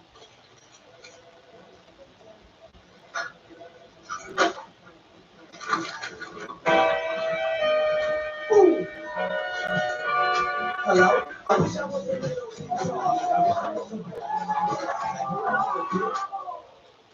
Why do we shoot baskets with paper balls? The same reason we play scratch in the California Lottery. Because a little play every day. Whoa, this Xfinity Wi-Fi is smooth. Hey, honey, how's the Wi-Fi? It's booming. It's booming. Booming! Booming. Eat the booming. Hey, all guys. Booming. The Wi-Fi is booming. Boom Wi-Fi. Really booming. Get the most reliable Wi-Fi and our best equipment with unlimited data included. All for one price for 5 years. The Wi-Fi is booming. El Pollo Loco's Fire Grill Combos, starting at $5.99. Value meal prices and portions that actually fill you up. $5.99 Fire Grill Combos at El Pollo Loco. Let's get loco. El Pollo Loco. Price and participation may vary. Next extra. Fox 40 Plus, available now on Roku, Fire, and Apple TV. Some folks are drawn to open country. Others crave the loud roar of a high-performance exhaust. And some like both. We call them family. From the #1 rated brand in cordless outdoor power, the Ego 22-inch aluminum deck mower, the most powerful mower in its class, producing the perfect razor-sharp cut. Find an Ego retailer near you. June 15th, Alex Palou looks to continue his legendary season with another victory.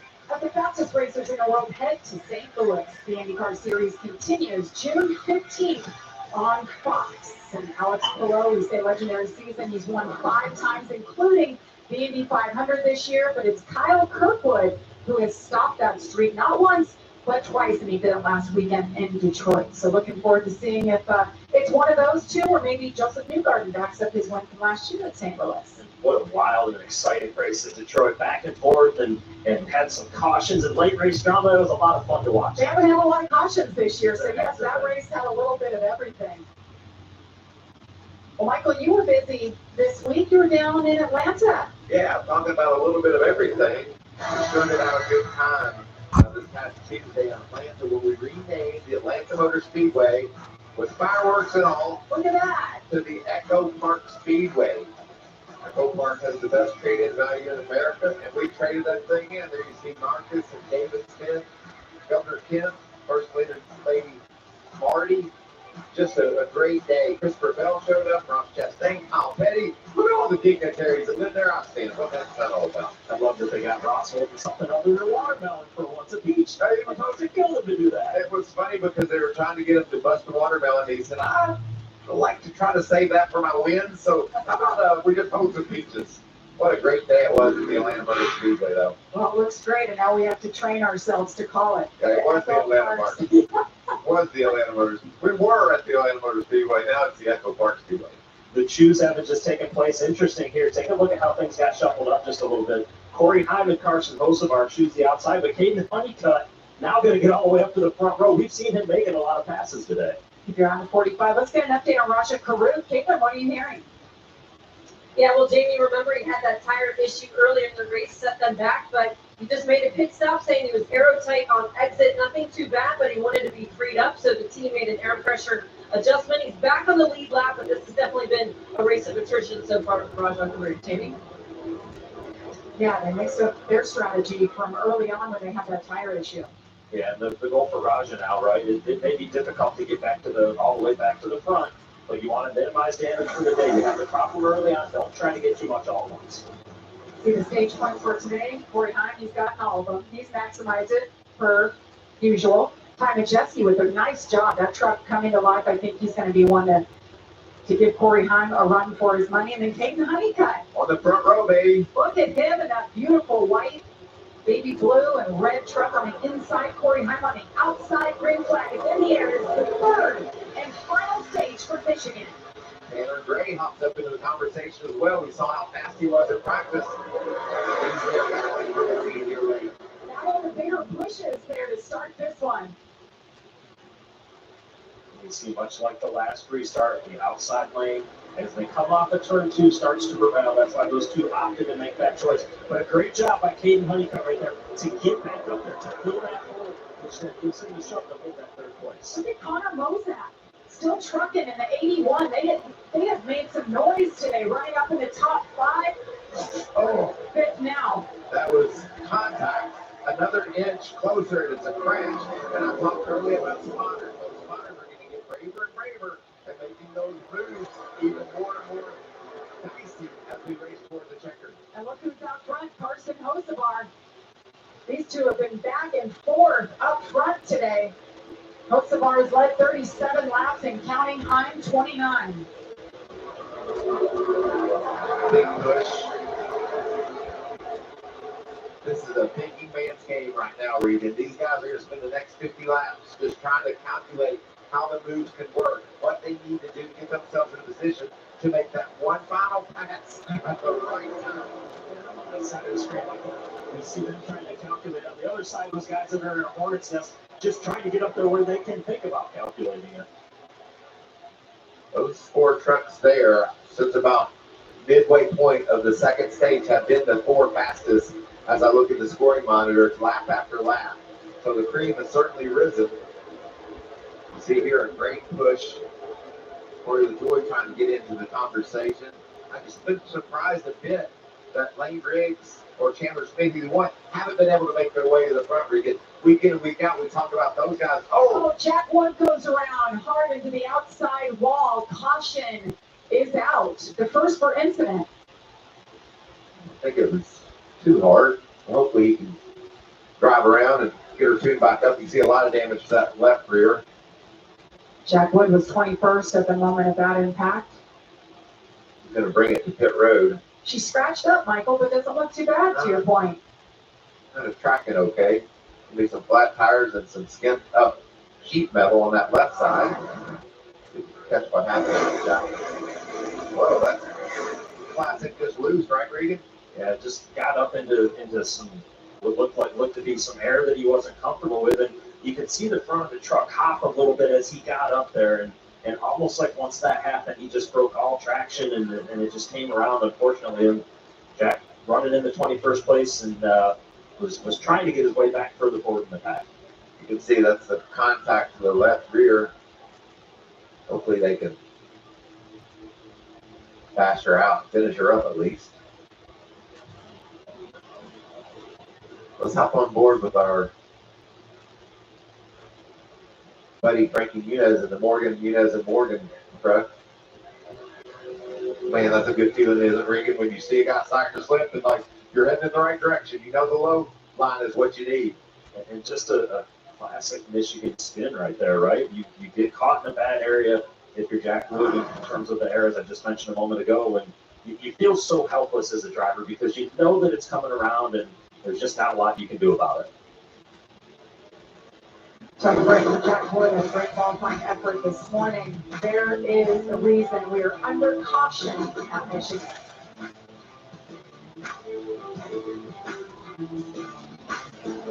I was a little caught off guard by this partnership. Frankie's a big star, but he really does seem to get in the middle of things. Calls. Of course we're going to be able to take this case. Hey, not right now, man. Meetings. This year has started off. Everything, really. Can I squeeze a little here? All right. But really, super stoked to have him here. Morgan and Muniz, America's largest injury law firm. Put the work.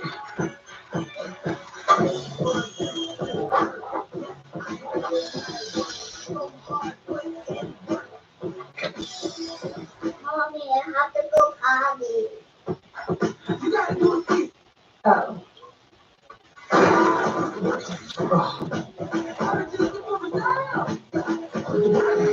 So, what's next? Craftsman. What you build, builds you. I've always been an active person. Yoga is a big part of who I am. I love how it makes me feel, but not long ago, I felt I had to hang up this old yoga mat. You see, I have symptomatic obstructive HCM, which left me so short of breath. I felt like a bystander in my own life. So I talked to my cardiologist, and he prescribed Camzyos. He said it works by targeting what's causing my obstructive HCM. Camzyos is used to treat adults with symptomatic obstructive HCM. Camzyos may improve your symptoms and ability to be active. Camzyos may cause serious side effects, including heart failure that can lead to death, a risk that's increased with a serious infection, irregular heartbeat, or with certain other medicines. Do not stop, start, or change medicines or dose without telling your doctor. You must have echocardiograms before and during treatment. Seek help if you have new or worsening heart failure symptoms. Camzyos is only available through a restricted program. Before taking Camzyos, tell your doctor about all your medical conditions and current or planned pregnancy. With Camzyos reducing my symptoms, I've gone from sitting on the sidelines to being back in the game. My name is Stephanie, and this is my Camzyos moment. Call your cardiologist today and see if a Camzyos moment may be in your future too. Toyota has 3 NASCAR Cup teams. 2311 owned by these two, but this guy actually races for his team. And they both share the track team owned by this guy. 3 teams, 4 legends, all going after 1 cup. Now they're up to speed. Me? Tomorrow, the NASCAR Cup Series battles right here in Michigan before heading south of the border to Mexico City. Racing for Michigan But you starts can at probably 2 tell by on Friday. now that We're still under caution as track cleanup continues for the spin by Jack Wood. We'll step aside when we come back. We'll drop the green flag. Carson Hosevar continues to lead over Corey Hunt here at Michigan.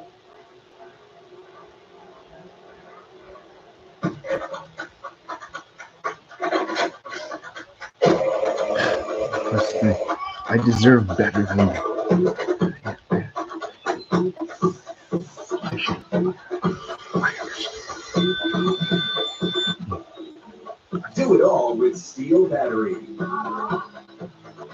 Don't miss steel deals. Now is the best time to save big on over 40 hardworking steel tools. Hurry into your local steel dealer or shop online. My blood sugar is borderline. I can worry about it, or I can do something about it. New Garlic Healthy Blood Sugar Formula works safely and naturally with a custom blend of garlic, vitamins, and minerals. And it's odor-free. I'm taking charge with Garlic. Huge news. You can get Do you support Israel and the Jewish people? Now more than ever, Israel needs committed friends around the world to voice their support in her struggle. Thank you for making it just won't quit. Friday wins. That's not my Friend? Because you're screaming. Are you hiding from used car shopping? Yeah. What about our pay? I get it. Nearly half of all used cars have been in an accident, but that's nothing to be afraid of. Show me, Carfax. Knowing how a car's accident history impacts price means you don't have to overpay. Way better. Popcorn? Definitely. No beer, just box. They show me at Carfax.com. The UFL Conference Championships. It's time to start playing the best football this season. 4 teams remain in the hunt. We didn't come this far just to come this far. The UFL Conference Championships. Sunday on ABC and Fox. The U.S. faces one of America's best. Looking across on the world's biggest stage. The World 2026 starts now. The goal is on Fox. Echo Park Speedway is built for battles. High speeds, tight packs, dramatic finishes. It's a place for maximum fun, pure exhilaration, raw emotion that's experienced through a crew. It's the same track you love now under the lights, where every moment feels bigger. Experience the Quaker State 400 available at Walmart Saturday, June 28th. Under the lights in Atlanta. Get your tickets now at EchoParkSpeedway.com. Welcome to Truck Country. Welcome to the NASCAR Craftsman Truck Series. Horse racing's greatest test returns as Sovereignty and Journalism face off in the 157th Belmont Stakes. Two of the season's biggest names and one race to settle it all. The coverage begins today, right here on Fox at 4 p.m. Looking forward to that. So much racing action on the network today. Hope you're enjoying it. Glad to have you with us. Jamie Little, Michael Waltrip, Regan Smith, and Josh Sims, and Caitlin Vinci on pit road. Okay, so there was a tweet that got people talking that came out this week from Dodge, and there's supposed to be a big announcement coming tomorrow. How about that? You know what I'd like to announce? Peter McFarland is going truck racing. He's going to zig and zag and fly like a bald eagle. What do you think, Regan? Well, certainly anything we can do to have more manufacturers in the sport would be great, and we'll have to see what they're getting at with their truck that they were showing there. We're looking forward to hearing that tomorrow as we get set here. 49 laps to go. All right, here we go. Carson Hocevar, Kane Honeycutt. So I'm opted to push Hocevar out front. Teammates on the inside. Ross Chastain has entered the fray, guys.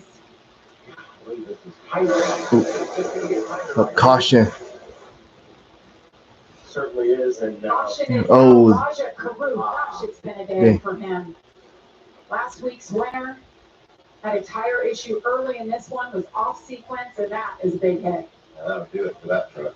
And that's the unfortunate part about restarts, right? Cautions can sometimes breed cautions, and we see up front how aggressive it's getting with the pushes and trying to get a truck out front, and it only gets worse. The further back in the pack you go, the more of that you get. Remember the utter joy and excitement out of that team a week ago as Roger just drove it. So Herbert Gracie said something about Matt Mills in the 42 had a part to do with what happened here. Was hop on board with the Morgan Nunez team. Oh. You're right, Michael. I mentioned Matt Mills. Yeah, I think that Raja tried to squeeze down a little bit. See if we can see another look. And that's a little late. And it appeared that they were going to end up 3 wide there, and I'm not sure that Matt necessarily knew that they were going to be 3 wide there, and Matt was on the outside, but as we look at this view again here, you'll see on the right side of the screen, Matt knows it appears there's room there, and he comes down just a little bit.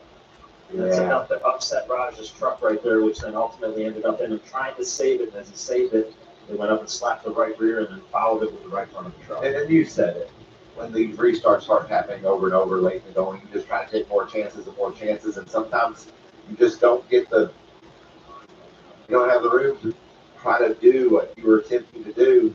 That looked like a racing deal. You can't really pin that on Matt. It's just certainly nothing egregious. Yeah. It was 2 guys trying to go for the same spot, basically, and unfortunately for Raja, he got the worst end of that deal. I was back in the battle for 20th. As you see them assessing the damage on Raja Karut's truck. Hello, Mark. Welcome to the live stream. Something that's going to be important as we look further into the race on these restarts, and as they continue to get crazier and crazier, it's going to be moves like that to where the spotters have to try and help predict when they're going to be 3 wide and what's actually coming, how the runs are coming, and it can get very difficult from different angles on the racetracks. Keep in mind the spotters are roughly at the start-finish line area. They've got an odd angle into turn 1 at Michigan to be able to see some of that, know exactly what the situation is, but it's also on the drivers too, checking the mirrors and trying to understand exactly what they're dealing with cars or with the trucks that are around them. And Josh, I think you got something on the 45 for us. Yeah, just an update on Caden Honeycutt and that fuel window when these guys are going to come in and hit. Just came over the radio and the team told them still about 8 laps away when that caution came out from that fuel window opening up. Similar sentiment for the 38 of Chandler Smith. So these guys are very aware of when this window opens up and asking for the information from their team so they know when to be ready, guys. Yeah, that's good info from Josh. Finally knew him. Yeah, I don't know if we're still saying cringe. With these trucks, But if we are, that's the key.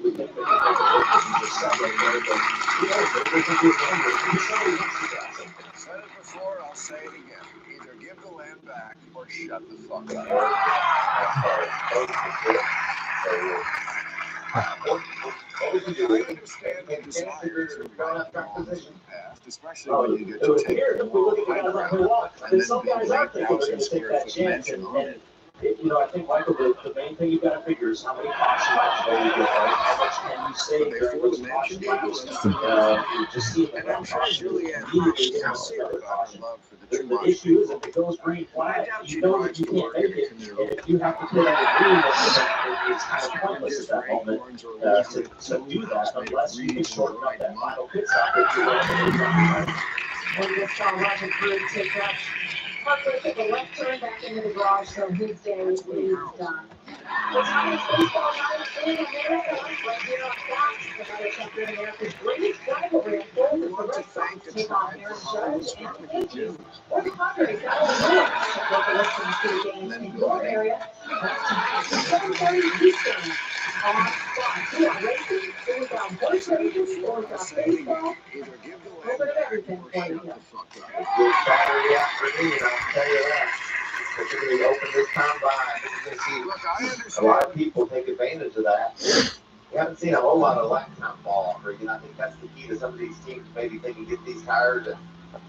So, Mark, you're basically telling me that your birthday's today, right? I think at this point, and as for you, El Paso, Texas rail fan, I just want to say happy birthday. Hope you have a good birthday today. Hope you eat cake, get to go do a little bit of rail fanning fun. So, yeah. Dang, all of our birthdays all within one day of each other. What's happening up front? Looks like we're going to have a mixed bag. Oh, just kidding. Here comes Daniel Hemrick. Now all those trucks in the back will come. So the leader stayed out. Everybody else decided to make a run for it. Once Hemrick peeled off, it set the tone for what they were going to do, Josh. Well, it's been an up and down day for 38 of Chandler Smith. Battled his way into the top 10. Elected to come in now and get that fuel with their window open. We'll see if it helps him out the rest of the way. Yeah, the leaderboard is somehow getting itself fixed. Wait. Okay, the leaderboard is officially fixed now.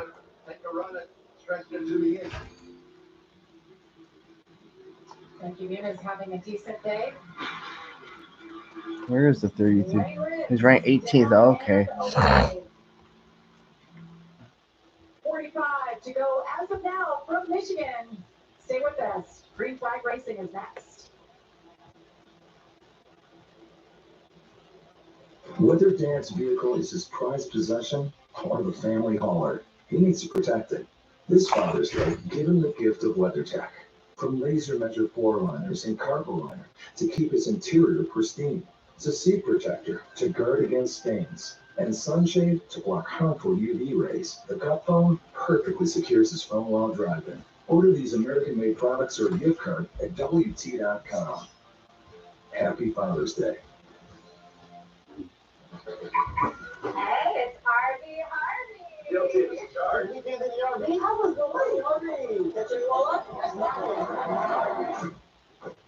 This is getting out of hand. All I ever wanted was to be a cool boss in an RV and fun nickname. Now I have to know what a walleye is. Hey, all that matters is that you bundled your RV and boat with your home and auto insurance. And got great savings and coverage. Sounds like an expert outdoorsman to me. I kind of overdid it with the decor, didn't I? Way overboard. To tell you the truth, we could take or leave the extravagance, the attention, the celebrity, the bragging rights, the bravado, because all we've ever really wanted is for every Ford driver to feel this.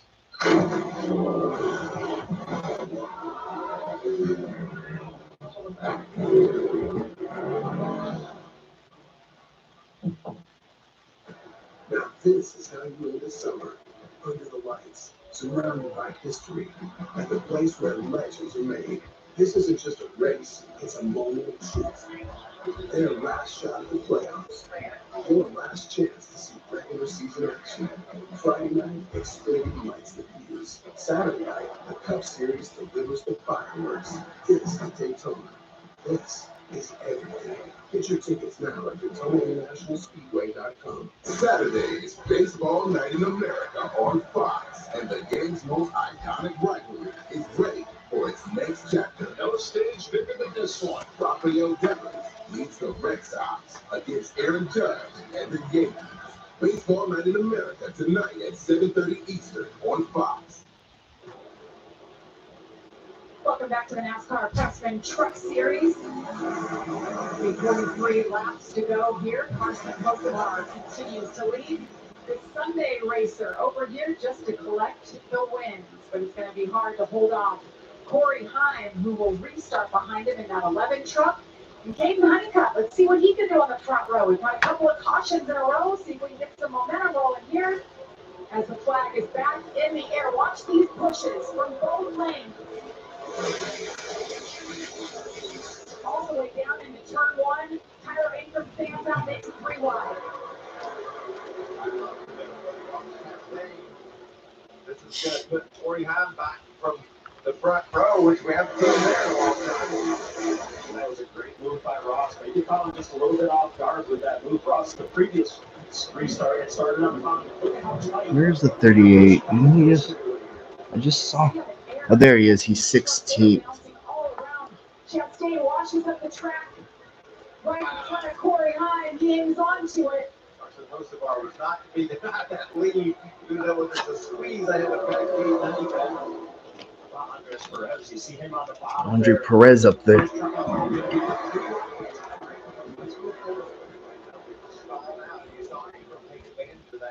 Against the squeeze.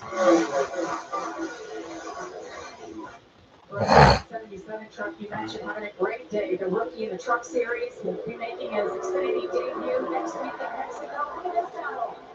Tyler Chesky to the inside. Trying to pick up the third spot. Corey Heim on the rebound. We saw him get around Ross Chastain, continuing to march back toward the front. Caution. Oh, caution. Wow.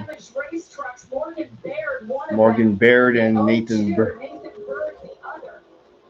Guys, we hear caution breeds cautions. I think we've had that. This is the third time in a row. Some significant damage there, as we see to the 0-2 of Nathan Bird, and certainly significant damage as well for the 2 of Morgan Baird. So half a truck left. We talked about 38 laps, but with caution flag laps, I think we're going to see a big mix up in the lineup. This really, really helps Lane Briggs. He's got his fuel. He'll stay out and see if we look at the top of the screen and see the trucks. This is back here in 28th and 29th. Here the back looks like the air gets loose and just they take each other out. almost seems similar to what happened to Jack Wood earlier in the race for Morgan Baird. There, just you get into those air situations where you don't exactly know how your truck's going to respond. Maybe you haven't been in that spot earlier in the day, and once it comes around at 185 miles an hour, it doesn't take a lot to get it upset, and it's so difficult to catch it. You can see at the top of the screen there, top right of the screen, the 0-2 of Nathan Bird making his contact with the wall after he got contact previously. Well, we went 70 laps without a caution for incident. Now we've had 3 in a row. And we're just continue to log caution lap after caution lap, really changing the strategies. I think we will see the leaders pit here. And I'm with you, Michael. I think that it's close enough now. We've seen that maybe we're going to have a little bit of a caution flag trend. Should be close enough when we go green to get your number where you need to be for those 38, 39 green flag laps. The challenge will be for these drivers in Michigan, difficult to save fuel, right? We talk about how much throttle time they are. Well, it looks like the 0-2s and the 2 are pretty much done for the day. You can utilize that to save fuel. And from a driver's mindset, you lift earlier, you don't touch the brake pedal, you're coasting. Maybe you can do the other things to help save that fuel. In Michigan, if you start doing too much of that, you'll lose positions. So fine line here, but I think that we're in that window now. See if these teams are up on the wall trying to get prepared for a pit stop. Looks like we're going to see some takers. Sometimes they'll fake out though, won't they, Regan? They'll get up there and act like they're going to pit. We have seen some of the best actors in all of sports on pit road right here, and I don't know that that's what we're going to see this time, but definitely worth keeping an eye on with these leaders when they get to turn 4. Pit road is open. In the last go-around, Lane Riggs was one we talked about, worked his way up into the top 10. He had trouble on pit road again, something we saw last week at Nashville, the damage to the wall. They're coming your way, Josh. Let's get the 44 of Ross Chastain. That truck has been too tight all day long. Either way, it's going to be fuel only on this stop.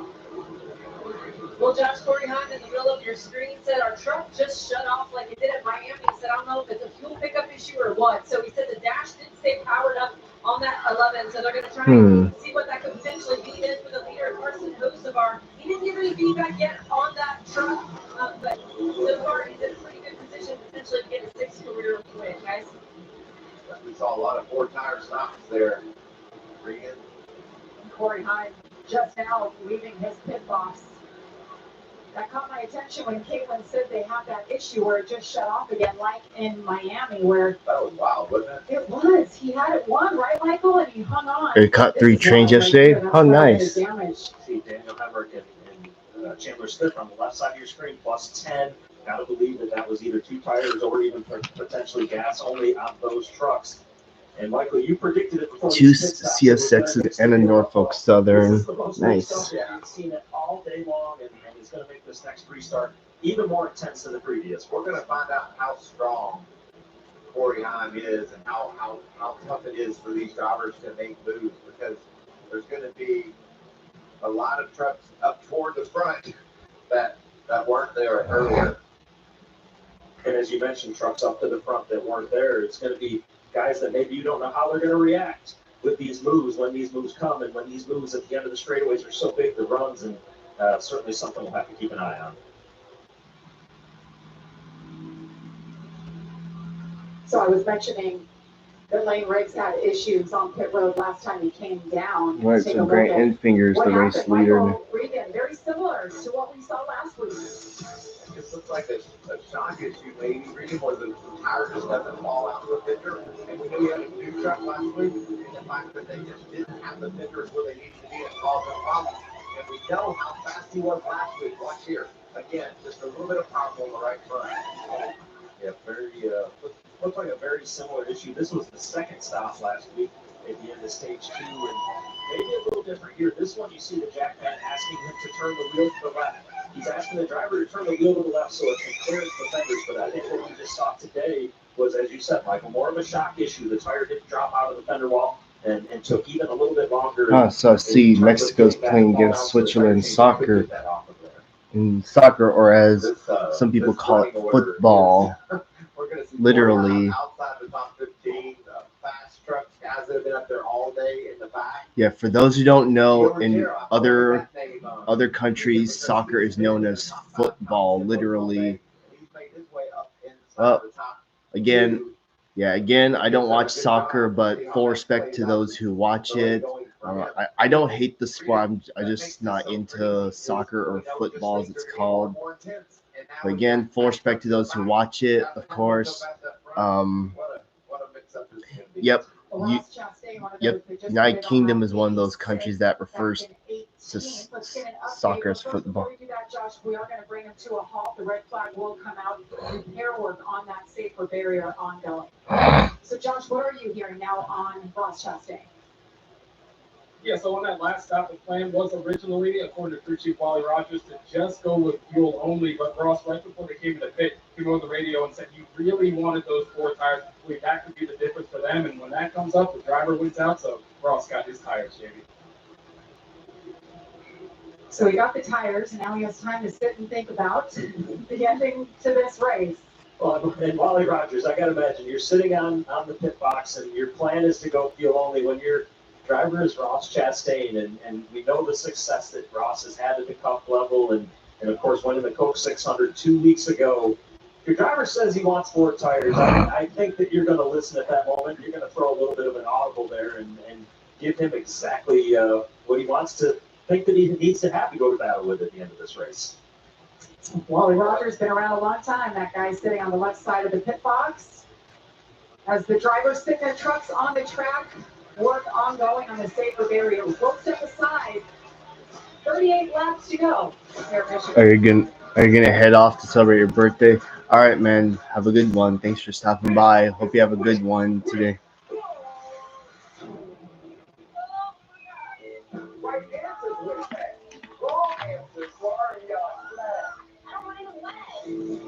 Which of these landmarks were completed in the 20th century? I don't even know what the 20th century was. It's the most money you'll have by the end of the summer. Oh, bring the one. Nobody got me up. Oh! The Quiz with Fox. All week Mondays on Fox and watch anytime on Hulu. No one asks someone out in real life unless I sometimes forget that Ryan Blaney won at Michigan a few years ago. I think it was like 2021, I think. Oh yeah, that's when Matt DiBenedetto was driving the 21. What if that space between beginnings and endings? What if it's actually the best life? I need real, honest life. Isn't that what we're all waiting for?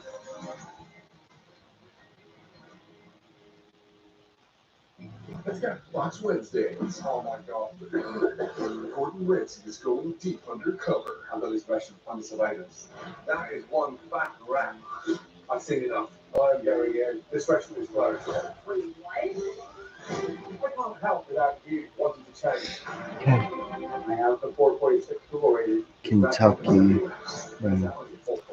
Well, Amtrak does have a few stops in Kentucky. They make a stop in Fulton.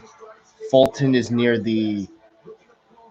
in southwest Kentucky, near the northwestern end of the Tennessee border. I think that's the only stop they make there.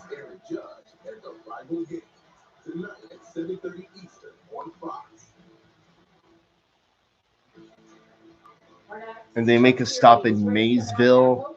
Maysville is along the Kentucky, southern Ohio border. It runs along the river there. Yeah, I know majority of the rivers, but I don't know all of them. game. Take a look at the tracks that we're going to close the regular season out with, Jamie, as we get looking ahead towards the playoffs. Very different racetracks, right? Ohio River, that's what it's called. That were below the cut line and what they need to do. Well, there's going to be a lot of opportunity, Michael, with these racetracks right here. Talk about Pocono that we just showed a very all right, no problem, man. and different racetrack drives different on all. Oh yeah, there's some other stops. South Portsmouth. Oh, they stop in Ashland, Kentucky too. Okay, I've heard it. I know that city. Yeah, I've never been to Kentucky, but I'm looking at all the station stops. Huntington, and I think that's. We're going to be kicking things off as Oh no, Huntington's in West Virginia. Never mind. Yeah, what happens here? We saw how heavy the contact. What train goes? Nathan Bird both was there. I'm not sure which truck it was exactly that caused this problem, but occasionally you could have a hole get poked in this safer barrier. Safer barrier is essentially metal. Behind it, you'll see at the top of the shot there just a little bit that there's some styrofoam blocks, and that absorbs the impact as these trucks hit it. But once in a while, if they hit it just wrong, there is metal on these trucks as well. The Amtrak service known as the Saluki, train number 391 goes to Carbondale. Yeah, it looks like they make a stop in. Oh wait, hold on. This is like every construction site across America. You just figure out how to fix it when you can. Oh no, Amtrak 59 goes through stops in Fulton. The concrete wall back here. NASCAR fixes the safer barrier to the concrete wall. That 2 feet of styrofoam. It's the reason why I think I'm still here today. It's just an amazing difference that the safety innovations NASCAR's made over all the years. We talk about the cars, we talk about the seats, the HONS devices. To me, that's number one right there. Getting rid of those concrete walls and these guys that are welding the bits back together so we can get going racing. Great job of them. Let's see if we can see the impact here that causes this mess. There they go into that outside wall, upwards of 180 miles an hour. That's going to leave a mark. Yeah, and certainly, Michael, those are big impacts. And Jamie, you made note immediately after we saw the two truck that it's almost shrunk down in half right there. And I've hit both types of walls before as well, Michael, and I am thankful for those safer barriers. Well, Corey Hywood talked a lot about him today. He's won both stages, and he's back in 17th. Caitlin, you're with his crew chief. What do they think? They get the secrets.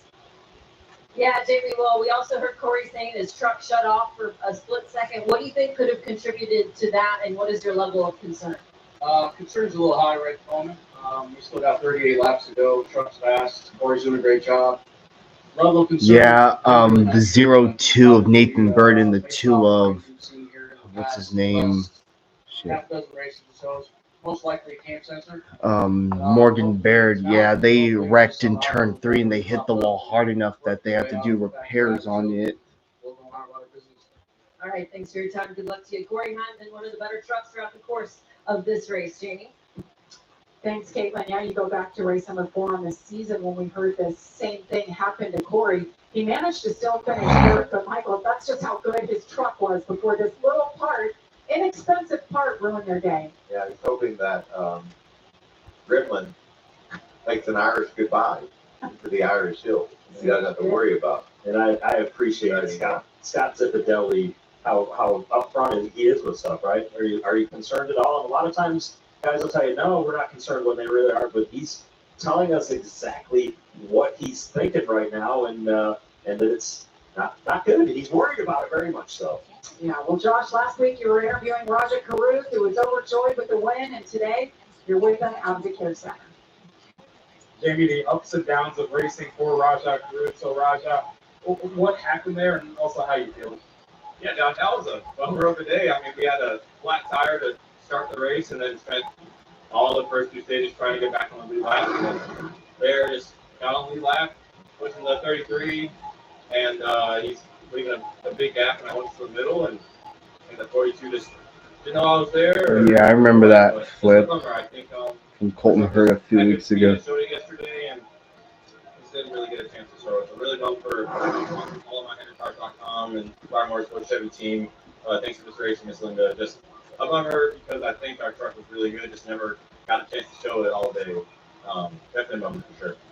Tough break for Rajah Caruth with 71, but helps to have that win last week, Jamie.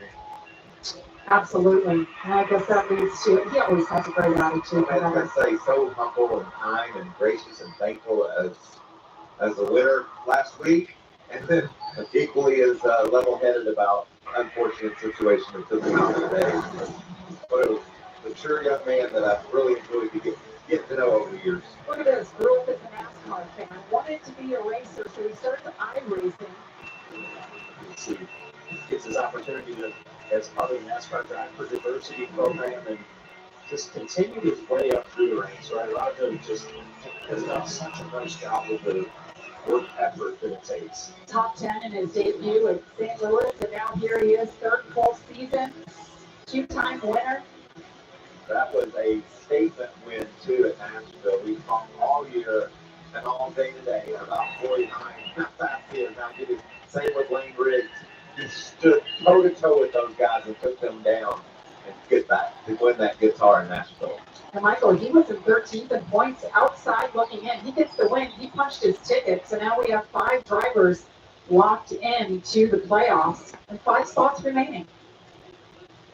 Guys getting a chance to take a deep breath here and understand how intense these next 38 laps will be when we throw the green flag and get racing.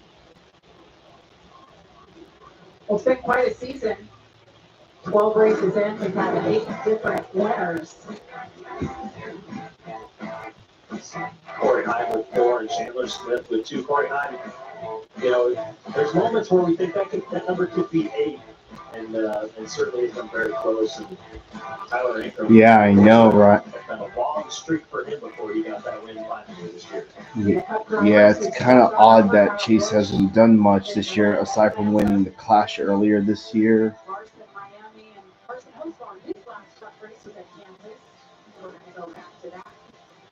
There's our playoff standings. And we see Corey Hine's dominant season. He's put himself in such a great position as we race toward the playoffs. Those bonus points, he will keep those throughout the playoffs, and that will help him progress from round to round if need be.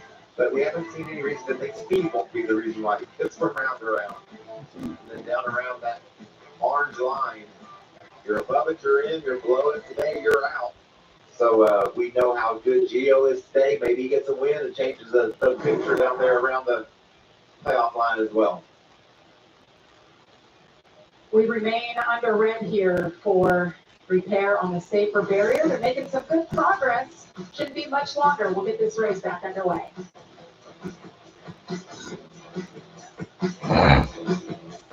Win one championship, you're celebrated. Win twice, they call you a hero. 3 times, they say words like legend and dynasty. But when you've won it all 7 times, the trophy speaks for itself. Introducing the full lineup of Ram trucks. Ram, 7-time Motor Trend Truck of the Year winner. Right now, with Employee Pricing Plus, purchase and get an average of $10,900 below MSRP on the 2025 Ram 1500 Laramie, plus get $2,500 bonus cash on select models and dealer inventory. The Freestyle Libre 3+ sensor tracks your glucose in real time. And over time, it can help lower your A1C.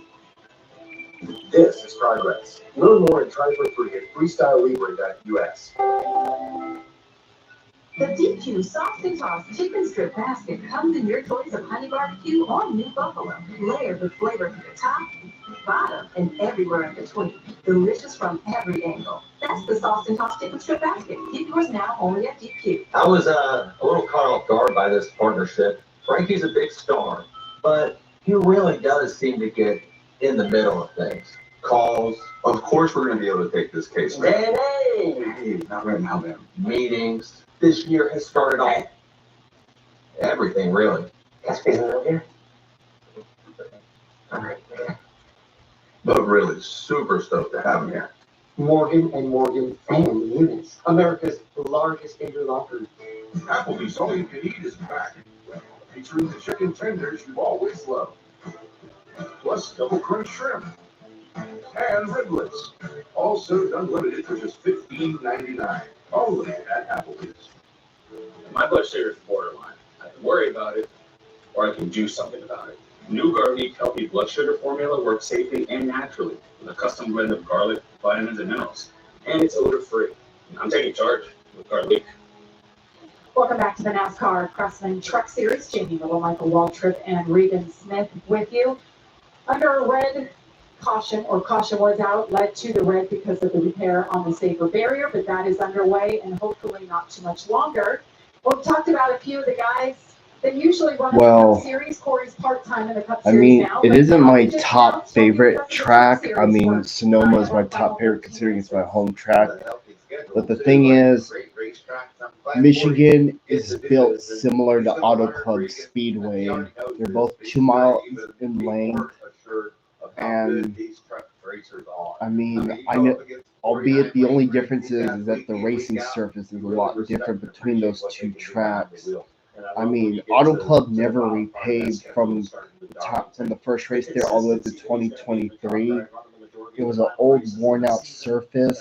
That gives you an opportunity for him to work with his crew chief, Alan Hart, on a regular basis and learn each other, what they're saying, what Corey's going to need out of that truck. We know Corey LaJoie is very talented, and that he's got the ability to get the job done, and that consistency, I think, should potentially pay off with some wins on the second part of the schedule for that 07. Well, I think after what happened to him in the Cup race here last year, he's got a love-hate relationship with this place. Here it is. It's the big one. He just hits turn sideways on the back straightaway and just like he's a finger plumping over, isn't it? It's just so surprising, right? That's not something we always see in Michigan. It's the car getting upside down that easily, and just a perfect situation when they came off the corner, and he got to turn sideways there as he was trying to make the pass on. Yeah, we all do. That little bit of contact, just that shows you how dangerous what these race car drivers are doing is, right? It can be any moment when you least expected something to go wrong, and that's why I got so much respect for any of these drivers. The one thing about Auto Club is the multiple lanes you can run. The NASCAR series, it's IndyCar, it's all the series across the world.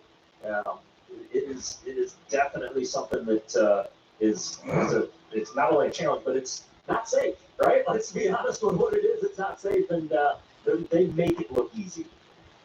Well, Grant Enfinger in that 9 truck out front right now as we sit here under the red flag condition. Let's hear from his crew chief, Josh.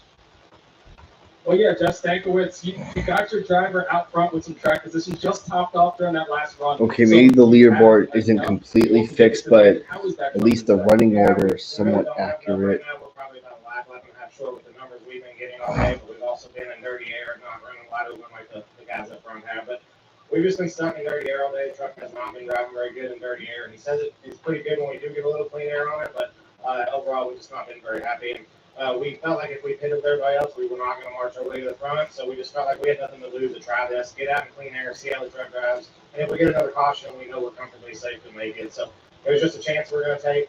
We just felt like we were just stuck in 15th all day and weren't moving forward. And we talked about this yesterday. Is this a product of having a good stretch of points races where you can take a gamble like this? Yeah, we can. I mean, right now, knock on wood, we're good in points. We didn't get any stage points today, unfortunately, so right now we're just trying everything we can to get the end result points for us. But we still feel comfortable on the points, but we feel a little better about taking a chance right now than we normally would. Appreciate it. Good luck the rest of the way. That's what crew chiefs do these days, Regan. No, we don't have enough gas right now. But when the cautions come out and we think they will, then we will have enough gas. So that's just the way you play the game. And I talked to Grant this morning. He was very comfortable with this truck, as Jeff was just saying, out front.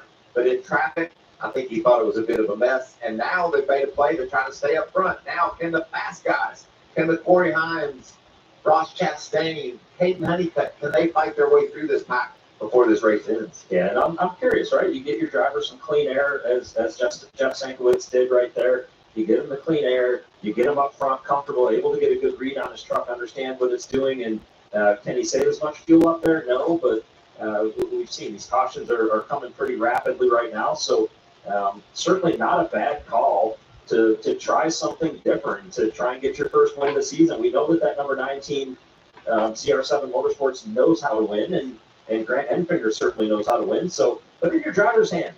Let him go out there and get the job done. Michael, we've been talking about Hosvar quite a bit today. Job well done. He's led the most laps. Let's dial him up. If we get a word. Carson Hosevar, Michael Waltrip, and the Fox team. Do you copy?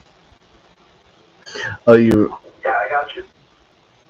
First of all, Oh, it's your favorite. Is that your favorite track on NASCAR Heat 5? Nice. It's been a great race to watch from the TV side. How's it feel inside of that truck? Can you find your way back to the front? Yeah, I mean, I would know we're giving a really good shot at it. Oh God. Probably. It's been a minute. 2020 or 2021. I think it was probably 2020 was the last time Michigan had 2 dates. Caution's back out here on the screen. Yeah. Yeah, I believe 2020 was the last time NASCAR went to Michigan did. But to be honest, I don't mind the one race date. It doesn't bother me. So Hosevar back in 17th. You mentioned the win earlier this week in Berlin, Michael. Yeah, this is his home stomping ground, and man, he had a strong.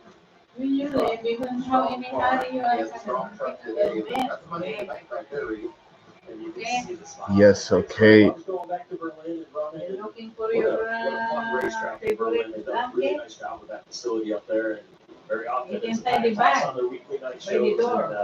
And certainly love seeing some of the Cup guys go back to their grassroots like that. Back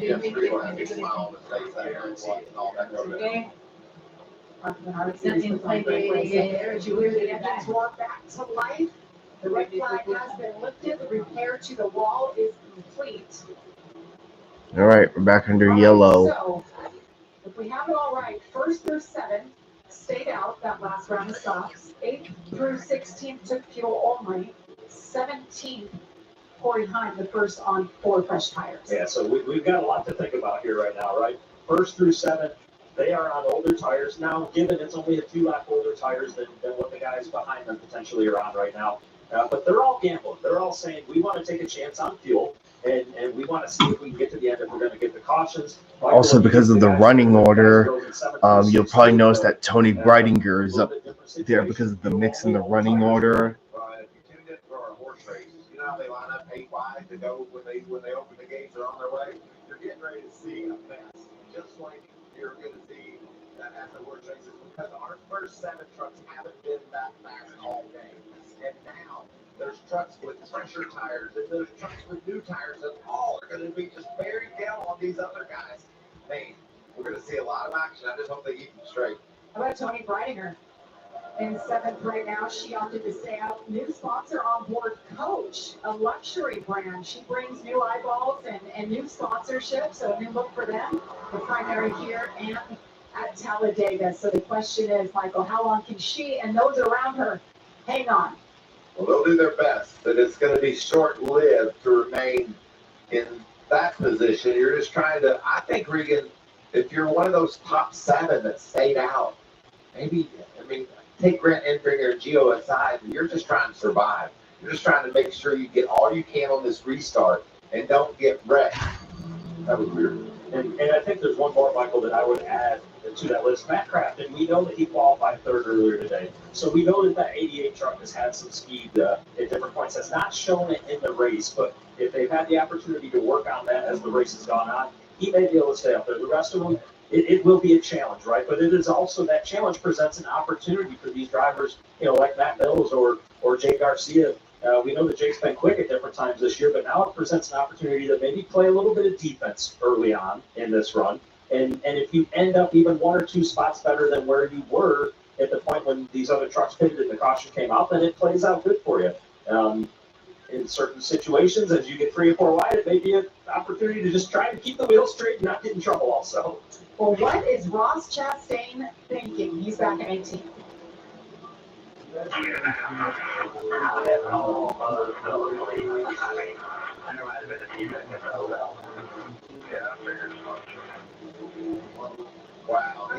race that. I want to tell you, though, Jamie's flipped the switch down. He's wide awake because Ross Chastain knows how crazy this restart is going to be. I don't think we've seen our last caution today, kids.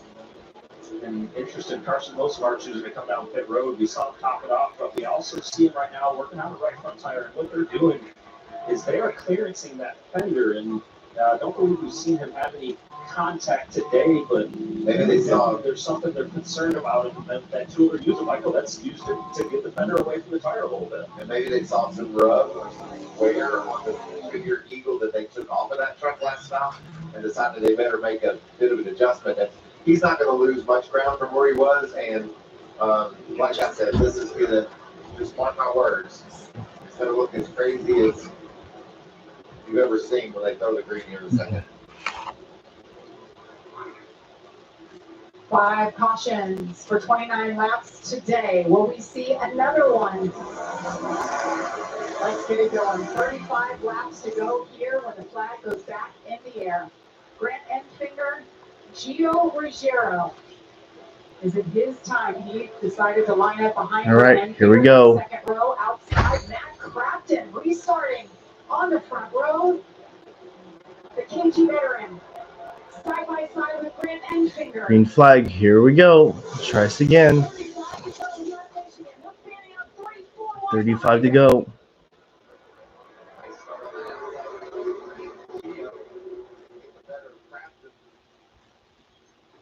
That's going to try to blend up the line. There's Stuart Friesen in the 52 truck, that blue one.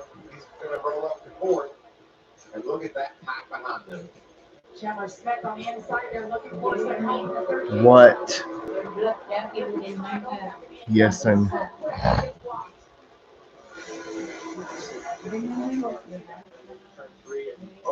Sideways. Tyler Oh. into the wall. Caden Honeycutt got a piece of that. Ty Majeski was right there in the 98. Stay green. 3 trucks that we thought were capable, maybe winning the race if things went their way. 2, one of them has damage now, the other 2 losing all their track position.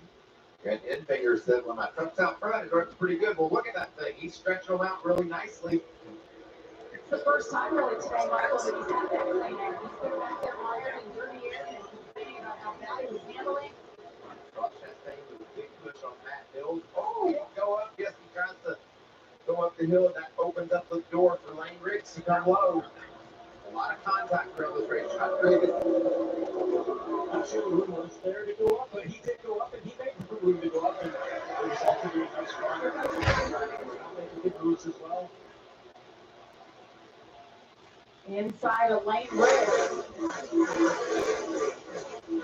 That's for 12 for Corey Heim. This guy's wild. You see the bright orange truck. That's not much screen. He's going to get clipped here. So it looks like Joey Logano went for no, nothing much, Eric, except that the 18 almost wrecked the field. They keep it. Bless me. Yeah, you didn't miss much. Ankrum ends up driving there by Caden Honeycutt too, just to let Ankrum slide up and not go into the wall with him.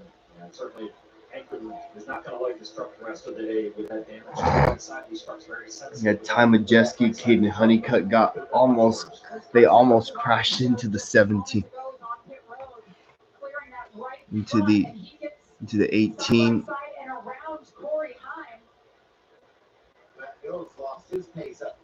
Yep, Ankrum's on pit road. Yeah, I think he might have cut a tire. And yes, they did finish. They did finish working on that wall. Carson's so strong though, he's going to be able to maybe get this run to the outside, not quite. Pretty much. Ross Chastain, Yeah. left side of your screen, he restarted 19th on those new tires. Look at him go. Told his crew chief, Wally Rogers, that he wanted Fuck, those tires. Michael, 80. he made the decision. Oh no, that's the 45. The decision, worked out pretty well for him so far, Josh. Well, Tyler went down for the 45. Caden Honeycutt having a really good run today. Also Tanner. Then we got 2 of the Tricon trucks up there, Ruggiero and Tanner.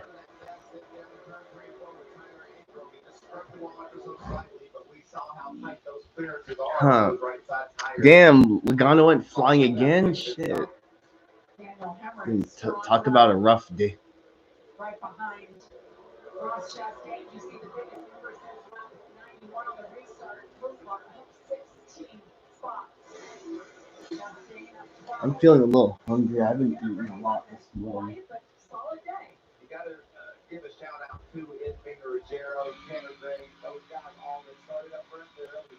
Take the break, get away from the big heavy pack of traffic, and now have themselves in a good position as we race down inside 30 to go. That's certainly mission accomplished, right? You just wanted to hold serve as long as you possibly could.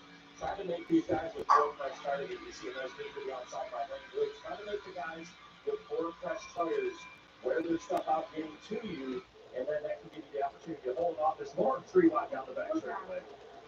Picks up a twofer. That was a nice move. Grant Infinger continues. You know, when the leader has been up front, it's generally we've seen tandem racing, two guys tight. Infinger's pulled away. Chastain has the clock in the ticker. That means he has turned the fastest lap of the day officially. Grant Infinger continues to lead Ruggiero. 28 laps to go for Michigan.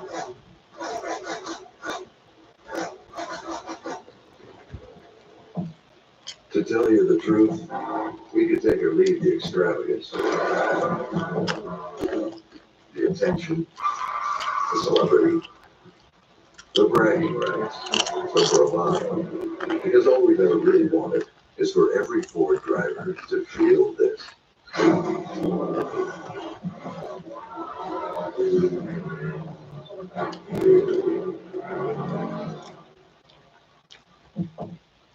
What you want to do is save hundreds from Liberty Mutual customizes your car insurance. That's great, but can you ask your friend to stop digging into the green?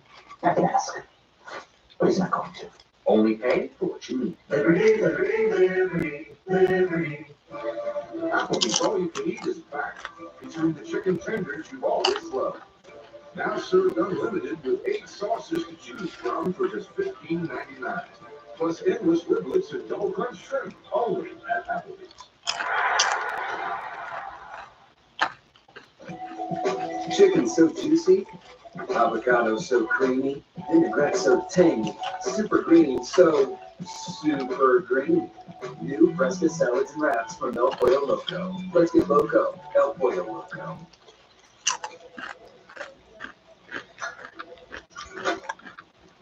There. It looks like you went airborne yourself. I see.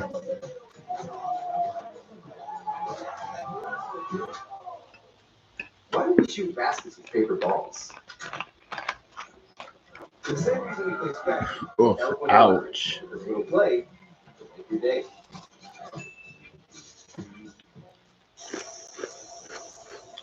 Are we? Sure did.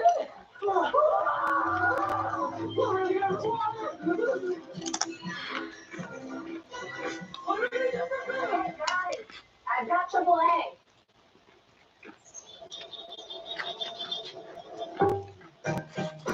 If you're a AAA member, you're covered in anyone's car. AAA, your membership to go. El Pollo Loco's Fire Grill Combos, starting at $5.99. Value meal prices and portions that actually fill you up. $5.99 Fire Grill Combos at El Pollo Loco. Let's get loco. El Pollo Loco. Price and participation may vary. Tax exempt. Horse racing's greatest test, warranty, and journalism face off in the 157th Belmont Stakes. Two of the season's biggest names in just one race to settle it all. It's coming up today at 4 Eastern, live on Fox. Racing of a different kind. And right now, we're currently airing over on FS1. It's the Belmont Stakes. You don't want to change the channel just yet. We're going to settle this one over here first. 23 laps to go. That 7 truck, Jamie, we've seen him up front all day long. The last couple of laps, fastest guy on the track, and he's closed in on the top 10. And that just feels so good, doesn't it, Regan? You can look up there and see the leaders, you know the progress he's made. You like that 7 truck. Feels good, but what he's also thinking right now, Michael, 23 laps to go, coming to 22 to go. How am I going to get past all these trucks in front of me, right? Still got 8 trucks to pass if I want to get back up and lead, some of which are very good trucks. You got somebody like a Lane Briggs in third, who has really been coming on strong, and Ross Chastain, we've seen him at the front of the pack, Corey Heim up there as well. Lane Riggs, that truck has come to life. Remember, he took tires on lap 79, so just one lap older tires than the 44 of Ross Chastain. And this is something I've been interested in. Gio Ruggiero has not been able to push Grant Enfinger. We've seen tandem racing at the front with 9 and Hosevar. The 17 couldn't quite get to the 9. We know how strong Lane is. He's made his way through the field. Let's see if he can get up there and just give the 9 a push, or maybe take the lead from him. As you see Corey Hyde, you better go take the lead, Lane Riggs, because somebody is coming.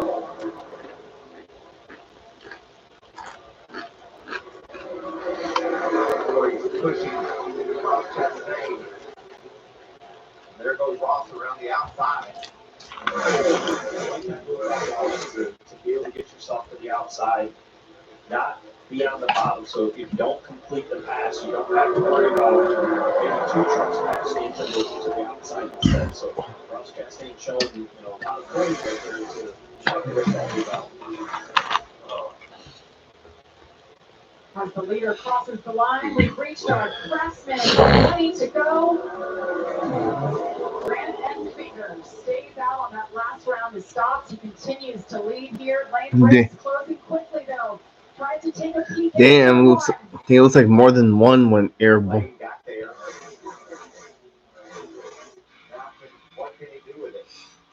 I think Hosevar's gained some ground.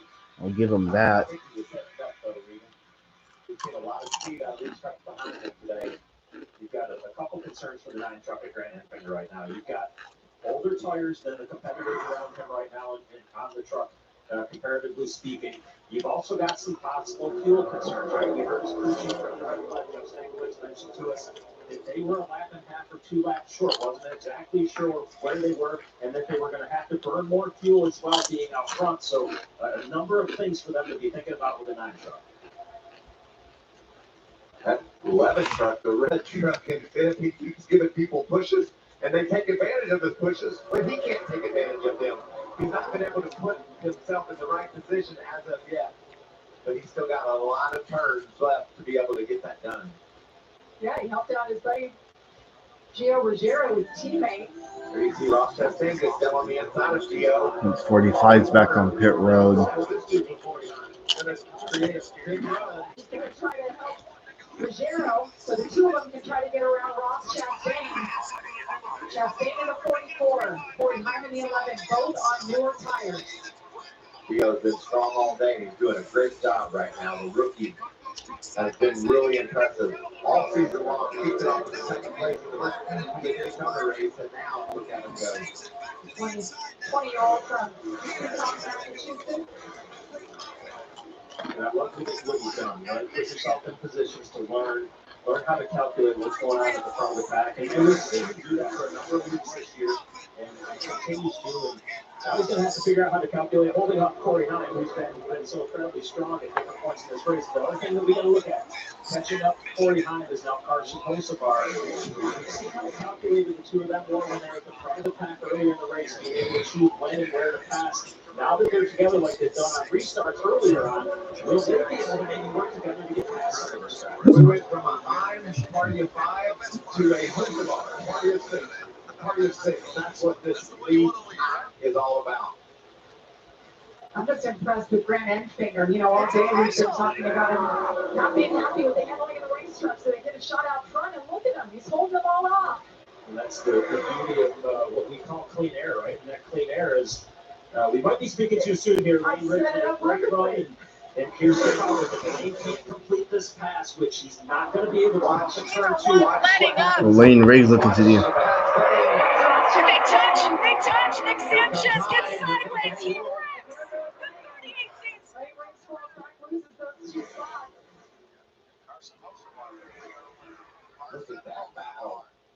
Look how close they are. All right, it's 15 to go. He's getting shoved all over the place. He wants those pushes, but he wants them to be real. Dang, Enfinger's holding. Dang, he's giving it everything he's got. Dang, Chastain looking to the inside. Hoping to change that right here. Lane Riggs, he trying to get around the block. 3 wide for the lead now.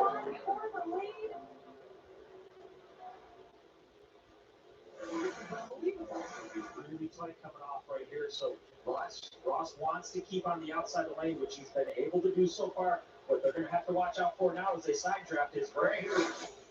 And they're making it 3 wide, and that's exactly what you got to watch out for. And finger looking to the inside. Loving what he's seeing. Maybe going to get Damn, that was a bold inside move. And that is a veteran right there, Michael, right? Grant Enfinger. We've seen him in position at Michigan before to possibly win races, putting himself where he needs to be at the right times to try to control the race. That's the fight that we're going to see here now for the next 14 laps. He's trying to fight to be in control when he gets down to the last lap. Squeezing him, but really hold like that right there. All the way to the post. That made me nervous. Contact at 185 miles an hour. They're bouncing around all over the place. Let's look at what this lead.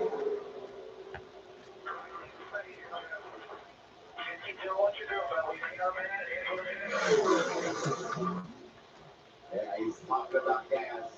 Jeff said, could you save me some gas? And Grant said, no, I cannot save you any gas right now. I think Hocevar is getting closer. Earlier was how do you save as we see a Hocevar maybe going to go 2 for 1 here. On the march. And this will open up the door for Heim. Watch this big run from the red truck back there. The 44. Damn, the 44 is giving the 9 truck a push. Well, that just saved. This is wild. It's just a back and forth, and just we're seeing haymakers strong right here, right? In terms of this. Oh, 34 brushed the wall. We've seen everybody that's got into the wall have very soft trouble tires, so he's going to have to keep an eye on this. New leader. Look at Hocevar. I'm not in that shot. Hold on, let me change that.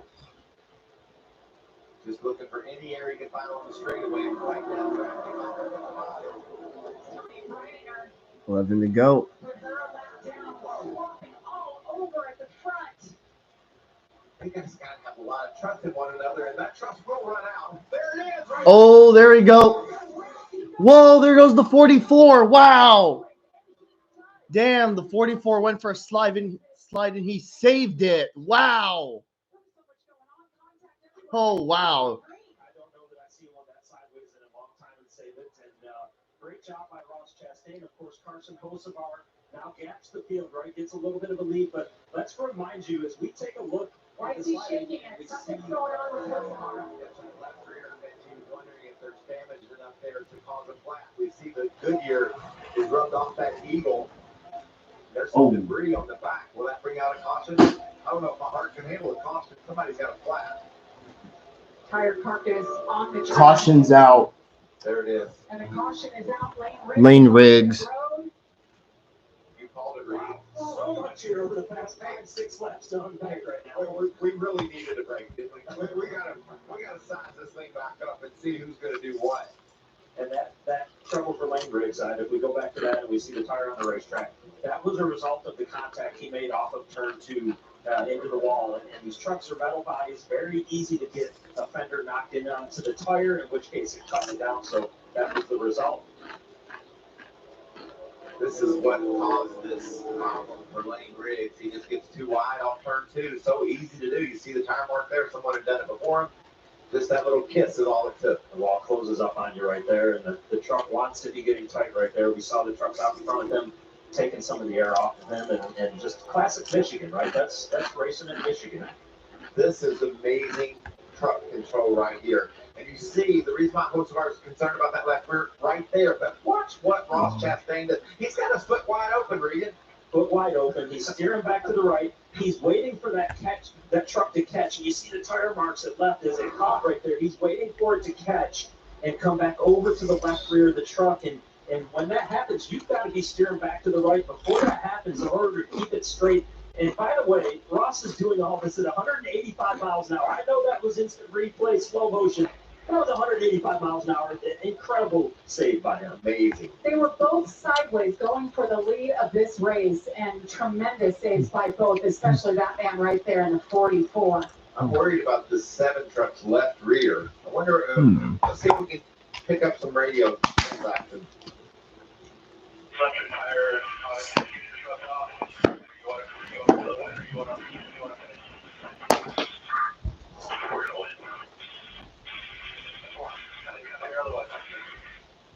Brian Patty for you. They're concerned about you can see that the left rear tire is black. It used to have yellow letters on it. It's not that way anymore. Pretty significant contact from Ross.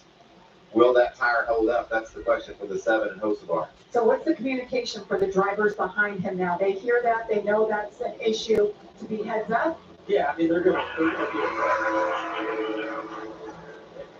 be aware that he's got a little bit of issue with left rear. The communication actually might be is, hey, will you pull up there and take a look at my left rear tire and let me know if everything looks clear? It's very difficult when you're not up to speed to tell that, but I like the attitude of Carson Hocevar right there to say, hey, we're not here to finish 15th, right? I'm not running for points. We're here to win the race. Let's take our chance, see what happens, and I think that's really the only play in that situation for that team. And if you ask me to pull up there and tell me if I should pit it on, I'm going to say pit.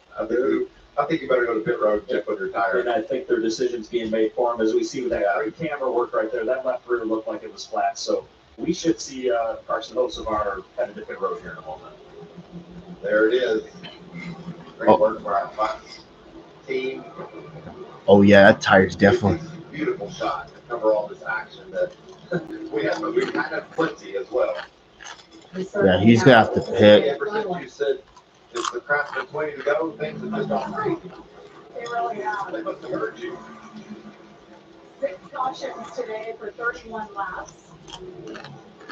Pit road will be open.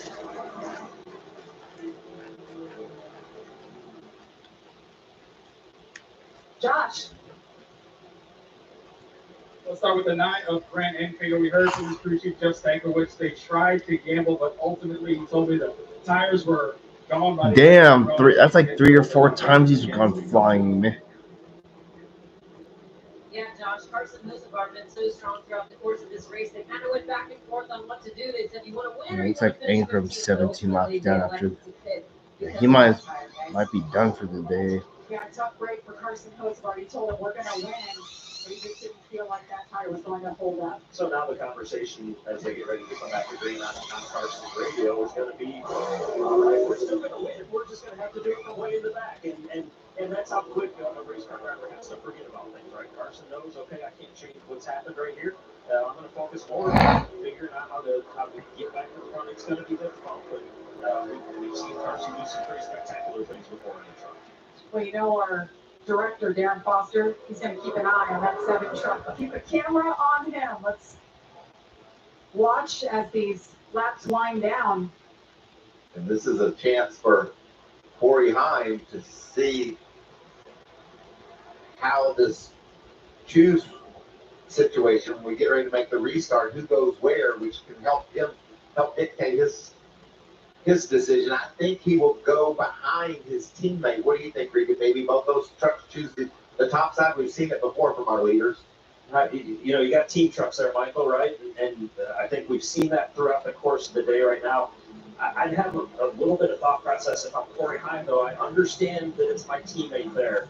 But if I think I can get to the bottom and perhaps have Ross Chastain back there pushing me, I may take that opportunity as well. Because if not, let's say Ross Chastain gets a great restart, he clears him for the lead. Now you've lost that control and the ability to maybe make some of the blocks that you need to do. So be an interesting decision right here, as you just mentioned.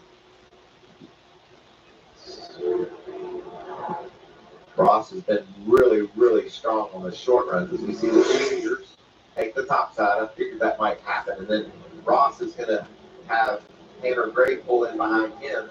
That's going to be his pusher. Which is a teammate, 2 for 2 on the outside. And something else just to keep an eye on here as we get down to these closing laps of the races. We're going to take the green with 5 to go. Gio Ruggiero, who will be the leader, he had actually pitted on the same lap, which was lap 80, as Grant Enfinger, who we just saw pit under this caution because they did not feel like they were going to be able to make it, partially also because they had such old tires. So going to be very interesting. Well, we've seen a few very thrilling last lap passes for the win this season. That was crazy. There's Stuart Friesen just loses Kyle Busch by that much. Busch put on a clinic there. What about Texas? Corey Hines, drive of the year. Favorite music genre? I like classic progressive rock. When I mean classic or progressive rock, like 70s, 80s. I do like a little bit of heavy metal, hip hop, rap. Yeah, I like a little bit of everything, you know. The pushes, the guys that are on the front row want these pushes desperately. They need them if they're going to win, but they're liable to go overboard with the push and cause issues. And we've seen trucks all day long, Michael, dancing around, tough to hold on to, and it's not because they want that to happen. It's because the truck behind them is making it happen. Here we go. Here we go. It'll be 5 to go at the All right, we're gonna have a 5-lap shootout to decide the truck race here at Michigan. See how this goes. Oh, what the fuck? Wow.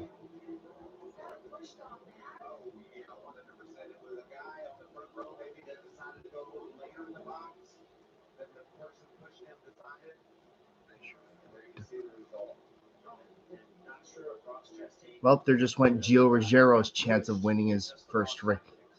Like Corey Heim was in it too.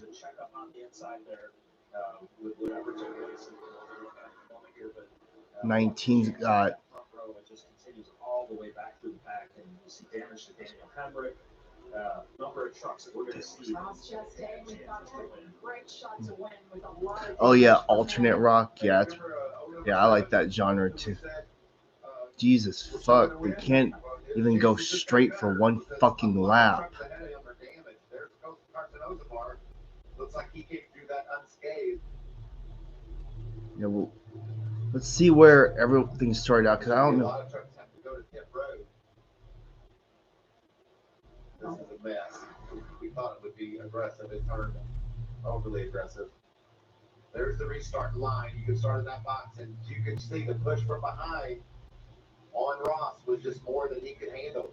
He handled it, but then the push on the back of Gio turned him into Ross, and away they all went. And it actually looked like, both of our leaders there, as they got ready to start going, it was almost two separate incidents that took place there, right? Because Gio Rogero in the same Kind of hard to tell, but is it me or why do I feel like the 07 got ahead? But it looks like they just went. Both trucks were getting pushed from behind, and I got to believe that they were having trouble hooking up the rear tires to get going forward. That those pushes come too soon. I think the 07 got the lead. You think? Yeah, I think he did. No, I haven't heard of Deftones before. Anyways. And Ross survived his Fuck. the second time, and it was over.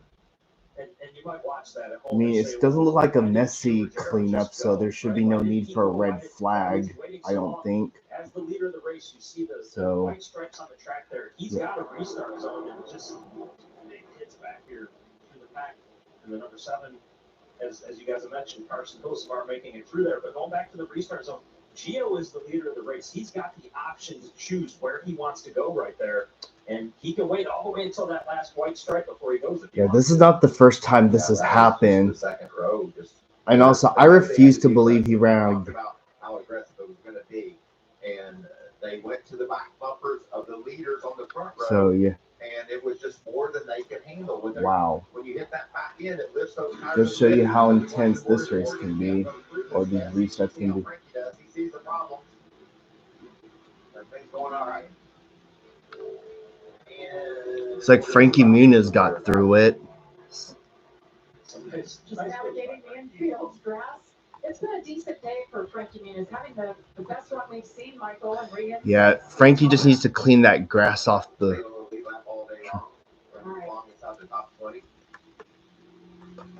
Lot to figure out here, guys. Now there's a lot of names suddenly that we're going to be talking about that are going to be in contention for the win. That was one of the wildest restarts. Damn. Look at Corey Heim and the damage. Another day that what could have been for Corey Heim, that electrical gremlin, and then got in that big crash here at the end. Corey with 29 laps today. There's some colorful grass that they drove through the pit road. Corey Heim's pit stall right there. Clearly, as he went through the grass, and any of these trucks that went through the grass, probably a concern for him, right? Going to have to come in and that grass gets jammed up into the grill screens, and you got to get all that out of there. Otherwise, the engines will overheat. And a lot of work for the grounds crew tonight. Let's listen to Corey Heim's radio.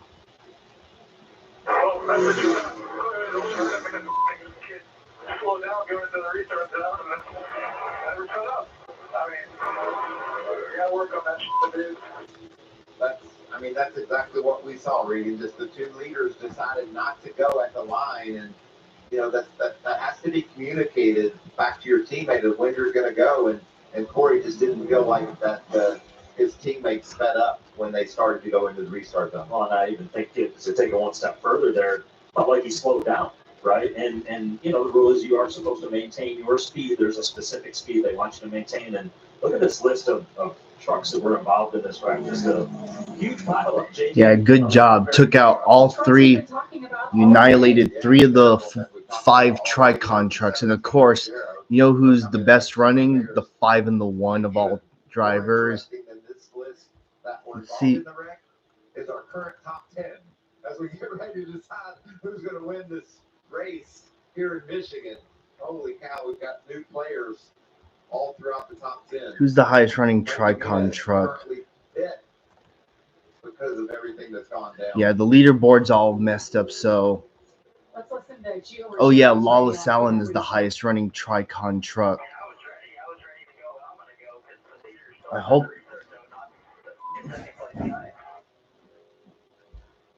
And he is a rookie, and to Corey was talking about the kid, he's talking about Gio Ruggiero. Well, and I think listening to that radio, and Michael, correct me if I'm wrong here, but I believe Gio felt like he was maintaining his speed, and he was waiting to have the option to restart when he felt like it was best for him to restart, which is the rule. That's what you are allowed to do as the leader in the race. So certainly Gio felt like maybe he was getting that push from behind a lot sooner than expected and where he wanted it. But Regan, these guys are going to go. We talk about the intensity ratchets up and just trying to think you want that push. So you need to try to get going so you can get that push. And I'm sure those two have a difference of opinion. I hear what you're saying, but I think waiting late in the restart zone, late in a race, is a very dangerous thing to do. Well, and especially to your point, when it's a timing thing, right? You're wanting to time it to where your 2 trucks are hooked up together before the 2 trucks to the inside of you are hooked up together. One more lap under caution here as we sort it out. We take a look here in the 07 of Corey LaJoie. We showed how many races he was going to be doing later on in the season. Right now, currently shown as the leader here, and thought it would maybe take a few races when we talked about it earlier today, but where things have played out, Corey in a really nice position to maybe just go ahead and first race of the year in the trucks for him get one.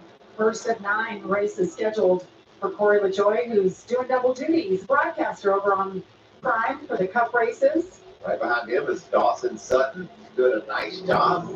Had a good practice yesterday, and now he's up here in second place. Look at the damage on Daniel Hemrick's truck. So this will be our 3rd NASCAR overtime this season. Here's the overtime rules. It's a 2-lap shootout. The leader takes the white flag. The next flag ends the race, whether that's a caution flag or the checkered flag. Caution prior to the white flag causes a restart. So we'll try that as many times as needed. Not really sure after the race we've had today what to expect. We see Daniel Hemrick there with the 19. Yeah, they're saying he missed a gear. Sorry. Some people are saying that someone said on Twitter that the 44 ran out of gas. I do not think the 44 ran out of gas. See what we get. So we'll keep an eye on him as man, it's one restart after another. It's going to continue to get crazier. Yeah. Frankie Muniz up in the 5th spot here. This is the closest he's tasted of a victory, a chance at one at least. Gotta love where he's setting. Great day for him. All right, coming to the choose. We also got Dawson Sutton for Rackley.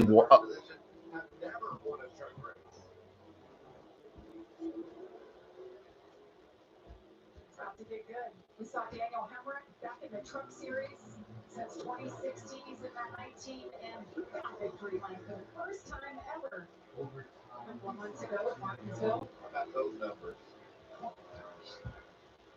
Take a look, guys, at the inside of the third row. And that's Carson Hocevar with a perfectly clean truck. The way the shoes just worked out, he was able to move up a couple additional positions. And no damage to the truck.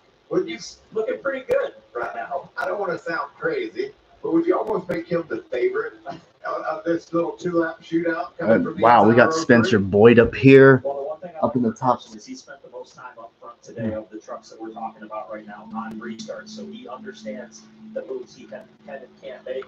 His teammate today, Corey LaJoie, the 07 truck, has the optimum position, right? You want the outside lane going into turn one. So as you look at all these trucks here, I'd say those two are the two that are in the best scenario right now. Then you got to give the and down the stretch they got. This is turning into quite the dramatic finish. Here we go. Michael and Reagan, let's go. Corey LaJoie on the outside in the 07.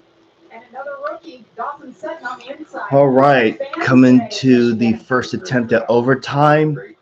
Corey LaJoie, Dawson Sutton on the front row. Here we go. All right, God help us all. Oh, what the fuck? Damn, the 7 truck didn't get going. Or did the 26 not get going?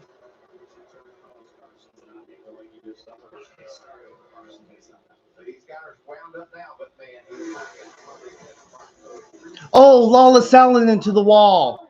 Hard. Damn.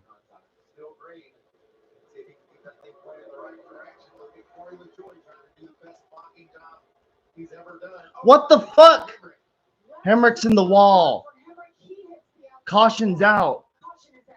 We're going to do it again. And I was just getting ready to say, it appears that tire for Hemrick was going to hold up and made it through 1 and 2, but as they got up to speed, it was exactly wow. Damn, that tire went down quick. Very tough, and we saw it in real time there. Nothing the driver can do when that happens other than just hold on. They'll take that thing back to the garage area. Yeah, that truck is. Guys, where did Ben Rhodes come from? Kentucky. Like you, Michael?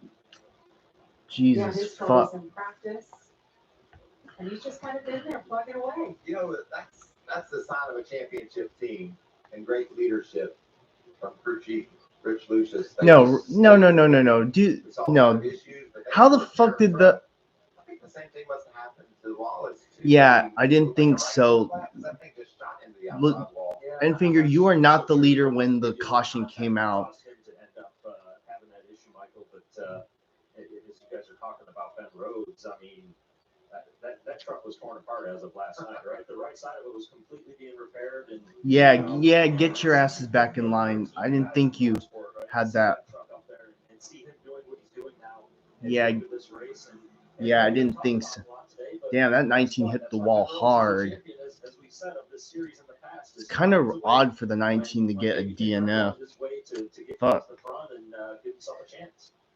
Dang, we almost got the white flag too. After that horrible restart, took him seemingly out of play, but now he can get back in the game, and I wouldn't have come out that 7. We talked about Lawless Allen going into that outside wall just off of turn 2. Did he try to?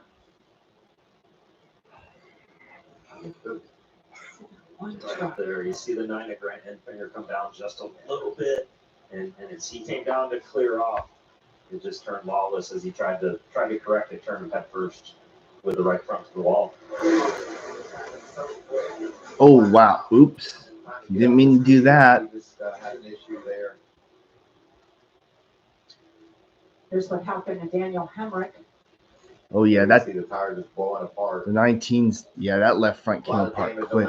Left front. You called it, Regan, that he's surprised he made it, and he didn't. And unfortunate because Daniel had done a nice job all day after having troubles in practice yesterday with a flat tire. Actually, that caused them to only get 4 or 5 laps of practice. He had mentioned earlier in the day that he felt like he had a very good truck still, and They put themselves in position. All right, let's times on a few of these on to the restarts. next, We've seen him creep into on the top to the five, second and, attempt now. you know, that's a tough position to be in where you pit or not pit at the very end of the race. Well, coming up soon, horse racing's greatest test returns its sovereignty and journalism face off in the 157th Belmont Stakes. The two biggest names of the season and one race to settle it all. It'll be right here on Fox coming up at 4 Eastern. And if you're looking for the Belmont Stakes Festival, that's currently over on FS1. Horsepower of a different kind coming up after our Craftsman Truck Series race concludes.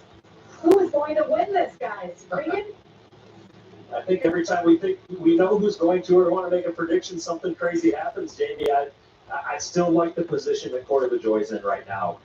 But keep in mind, Grant Enfinger has come from a ways back. They pitted a few laps back without having enough fuel. He spent some time at the front. So when I talk about guys that maybe have that experience of running in the front today and understanding exactly what move they can make and how they can time it out, I would put him in that groupings after they were able to get in the front by staying out and taking the chance on the fuel. It didn't work out. It didn't look like it was going to work out, but now it looks like it might work out for Grant. Well, I'm going to take a chance. I'm going to take the long shot. I'm going to go with Host Far again.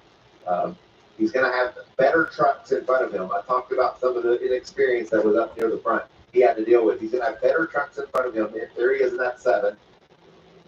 Perfectly aerodynamic truck still, no damage.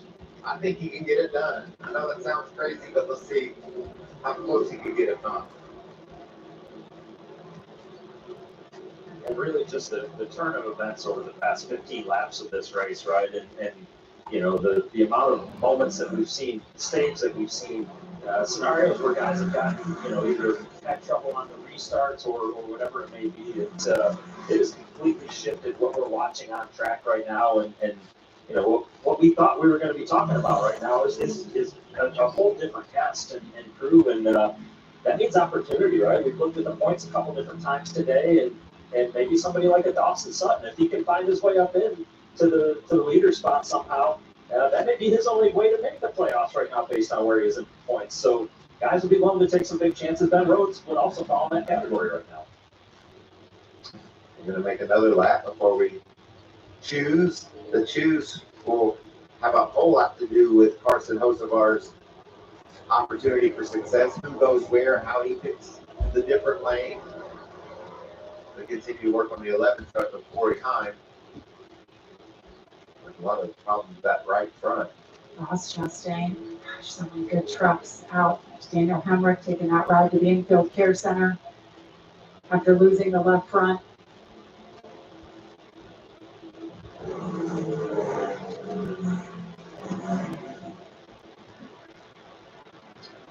So the playoff leaderboard rating coming into this race. Yeah, this is exactly what I was just mentioning right there, Jamie, or a few moments ago. And you see Ben Rhodes right now, right in the 99 truck, currently in the 5th position. Got a pretty good sized gap, 51 points to get to the cut line. So Ben knows the races are winding down, and his opportunities to be able to maybe get himself into the playoffs this year. That's a 2-time champion of this series that wants to race for another championship and make the playoffs. And you got Dawson Sutton in 4th place right now. You don't even see him on this list. We are looking at it going, that's how important this race can be for him.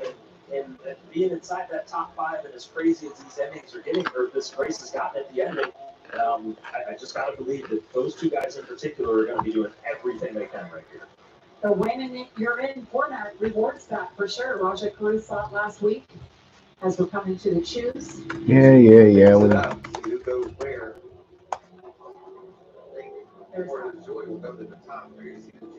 Jake Garcia's up there too. Okay, Dawson Sutton's okay. I was wondering where he went to. I think he was really happy when he saw Stuart Friesen go high. That moved him up a row.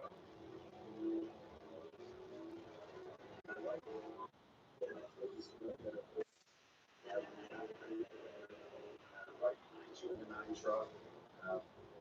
We know that he can get some really good shoves and pushes, and maybe get themselves out front to where they can decide that amongst the two of them. I'm worried about Garcia, Jamie. Yes, listen to what they're talking about.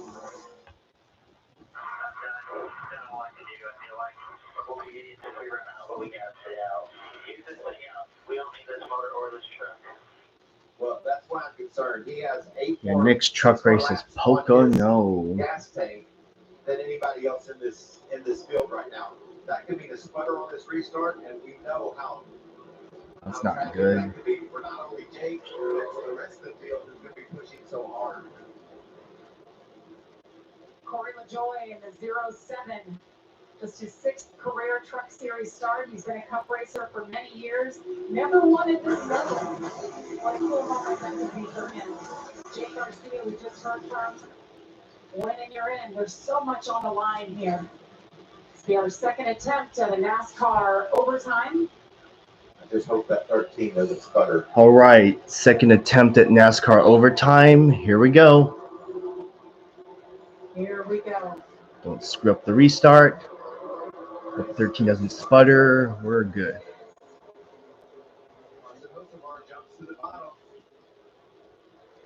Two laps to go here. Brandon Figure ducking to the inside of Corey LaJoy, and he clears him just like that. Here comes Ben Rose in the 99. There goes the 9. Perfect move by Grant to get that. 4-1. Here it is. It's chaos behind them. Oh wow! Whoa! There goes another crash. Caution's out. Fuck! Brandon Figure as the leader. Great start by Grant. Tanner Gray's in it. There goes Corey LaJoy's chance of winning this race. Damn, Matt Mills wrecked. Huh?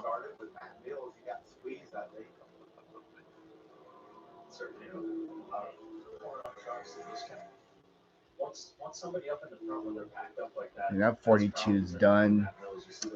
Wow. That's a sign that the radiators got damaged, so that truck will not be driving back clearly. And once somebody gets sideways that far up in front, you go into survival mode, trying to avoid the wreck and moving wherever you can, and just try to do whatever you can to get around it. And unfortunately, they kept hitting further down the track. I think Tanner Gray may be okay. It was Tony Breidinger, his teammate, with that damage. We saw her in the coach truck make her way down pit road. Being told that Carson Hocevar had a restart violation. Yeah, it's very clear that you've got to stay in line, completely in line, so you cross the start-finish line. And I was worried about that with the aggressiveness of Carson and the need 5 trucks on down pit. to the bottom. And he kind of poked his nose out. I thought it was awful close, and NASCAR determined that. Let's take a look. They determined that he moved out of line. You don't have to pass. You don't have to be beside him to be in violation. You just have to stay in line until you cross the start-finish line. There he is, right behind the 25, and then right there, he ducked down. Oop. To me, that's so close. I wouldn't have called it, but I'm not in charge. I get it. They wanted to stay in line until after the start-finish line. He did not do that. So there you go. That was very close. We saw one last week in Nashville that was a little bit more obvious than that one, and but certainly, it's hard to argue with the fact that he had started to make a move down to the bottom there outside of the truck that was in front of him, and I'm sure Carson is not pleased right now. Ugh, that's gonna hurt him right then there. I'm done with that. You're finally giving Wow. up on that. That dog won't hunt no more. See what happened in this wreck.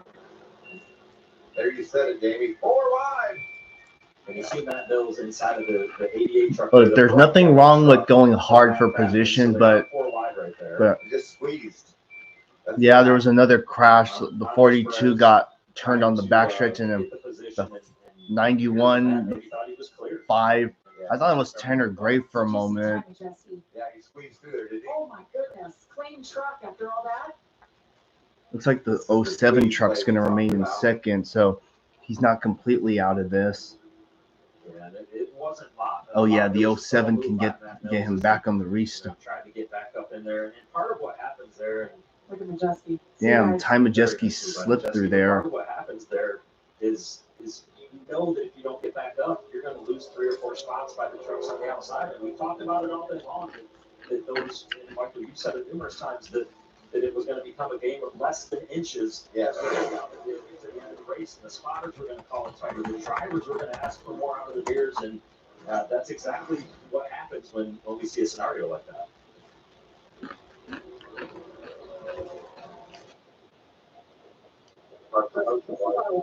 Jake Garcia, they were worried about what about down. Jake is now going to make it. I don't understand how he made it as far as he did. He run something. And interesting on Jake Garcia right there, you see that because of the fact that they had run as long as they did, they've actually got 4 sticker tires left. And I know it's probably not the best thing in the world right now to have to be in the back with those 4 sticker tires, but at least it is 4 sticker tires. Whereas Carson Mosabar, no tires for that, no tires to put on that truck. They've used all their sets up that they were allowed to do.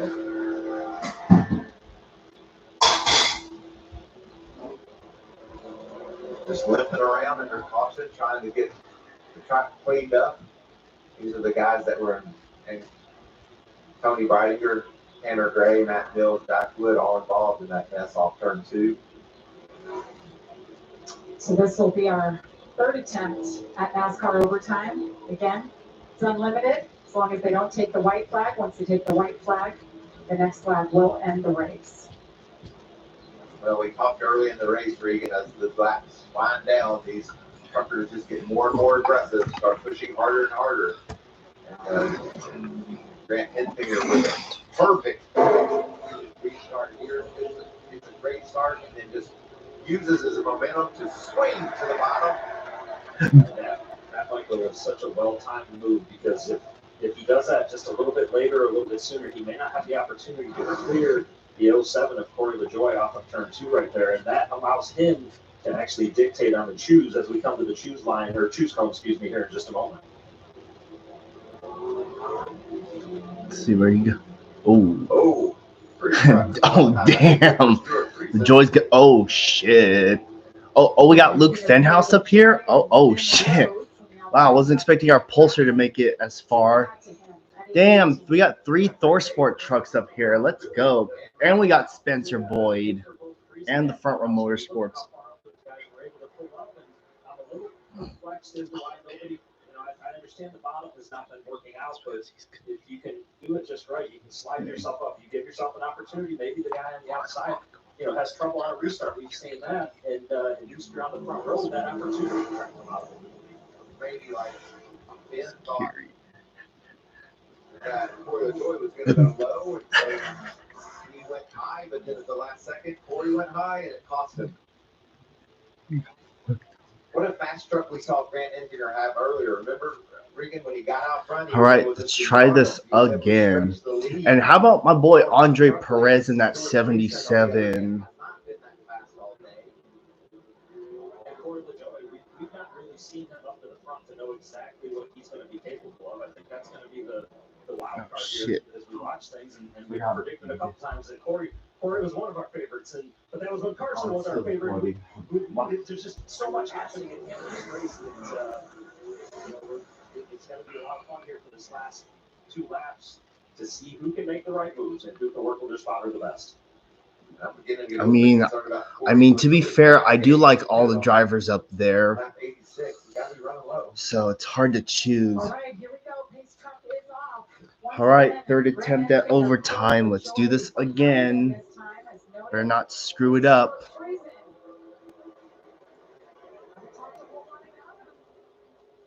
I wish Friesen could side draft him to the corner. Very orderly start as Matt Crafton is the first Ooh. to try to peek out 3 Crafton. laps. I think that 9 truck with a push from the 07 down the back can clear Stuart Friesen. Is that what's going to happen? Ooh. Come on, come on, come on, come on, come on. Come on, Fenhouse. Come on. Come on. Come on, get clear. Get clear of the 9. Get clear of the 9. Get clear of the 9. Stuart Friesen the edge. Ooh. And what a move by Friesen to work the side draft down the back straightaway, get himself in position to clear. Okay, we're going to make it. White flag, 1 lap to go.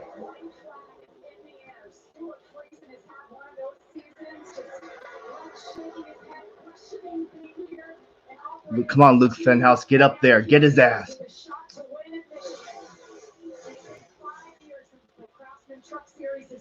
here. Look at this lineup. Stuart Friesen, Ooh. Grant Finger, Wansick, and then you have the youngster back there, Luke Fenn. Good job, Luke Fenn.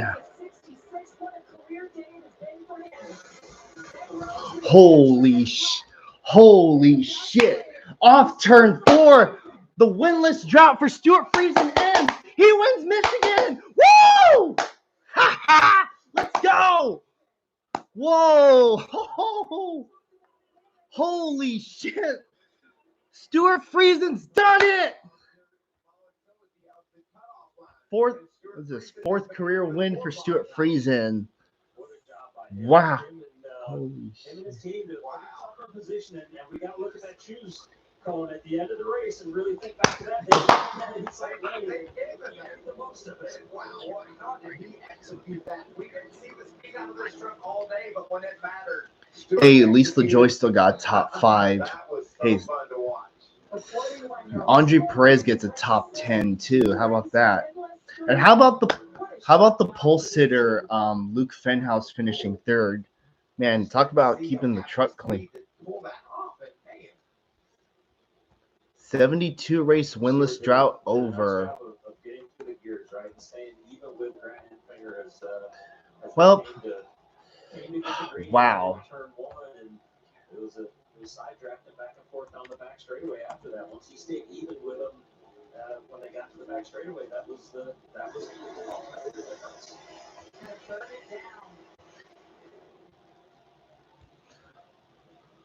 Oh, nice to see a Toyota winner that isn't Corey Heim for once. Let's go.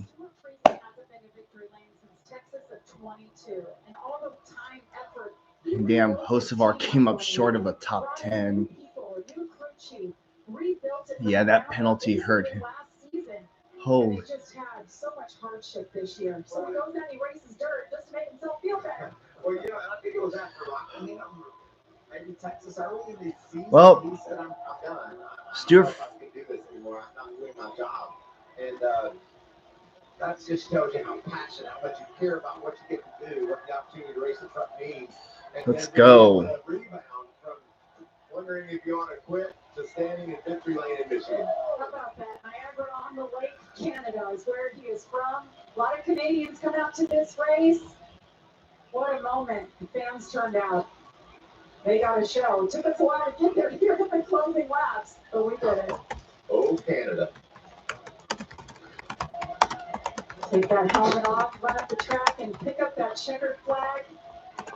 I think he's in shock right now. What just transpired? I am. I'm sure he's going to be a little bit surprised that he was able to pull that. Oh, I didn't know. He's going to climb the fence.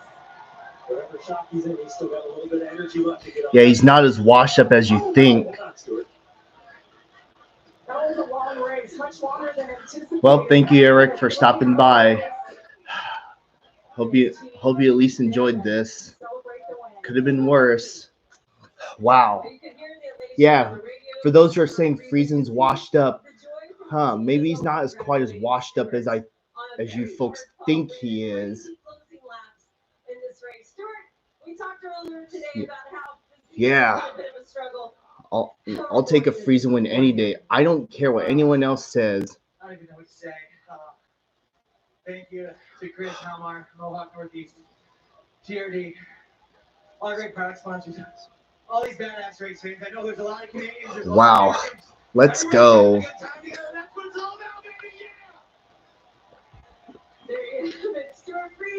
Been waiting for this day for 3 years. Yes. Came at the expense of a shit show, but hey, it is what it is. Wow. All right. Well, I'm not afraid to admit that yes, I'll admit it was a shit show at the end. I'm not afraid to admit that.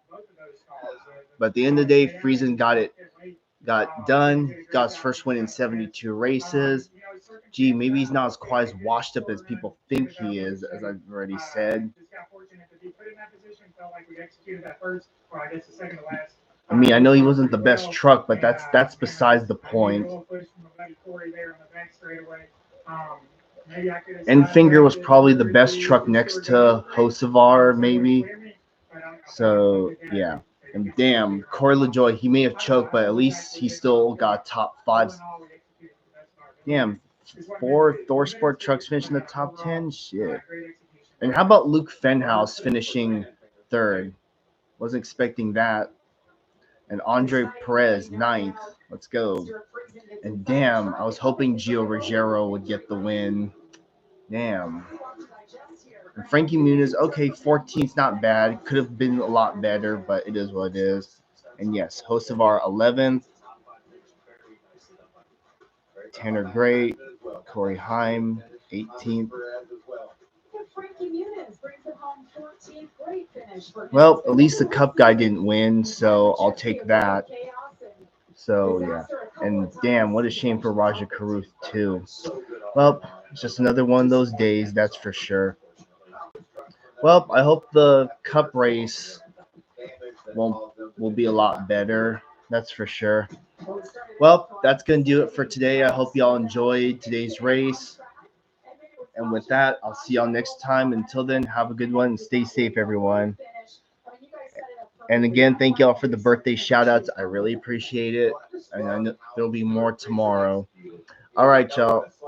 Have a good rest of your day, and I'll see y'all next time. All right, bye, everyone. Peace out.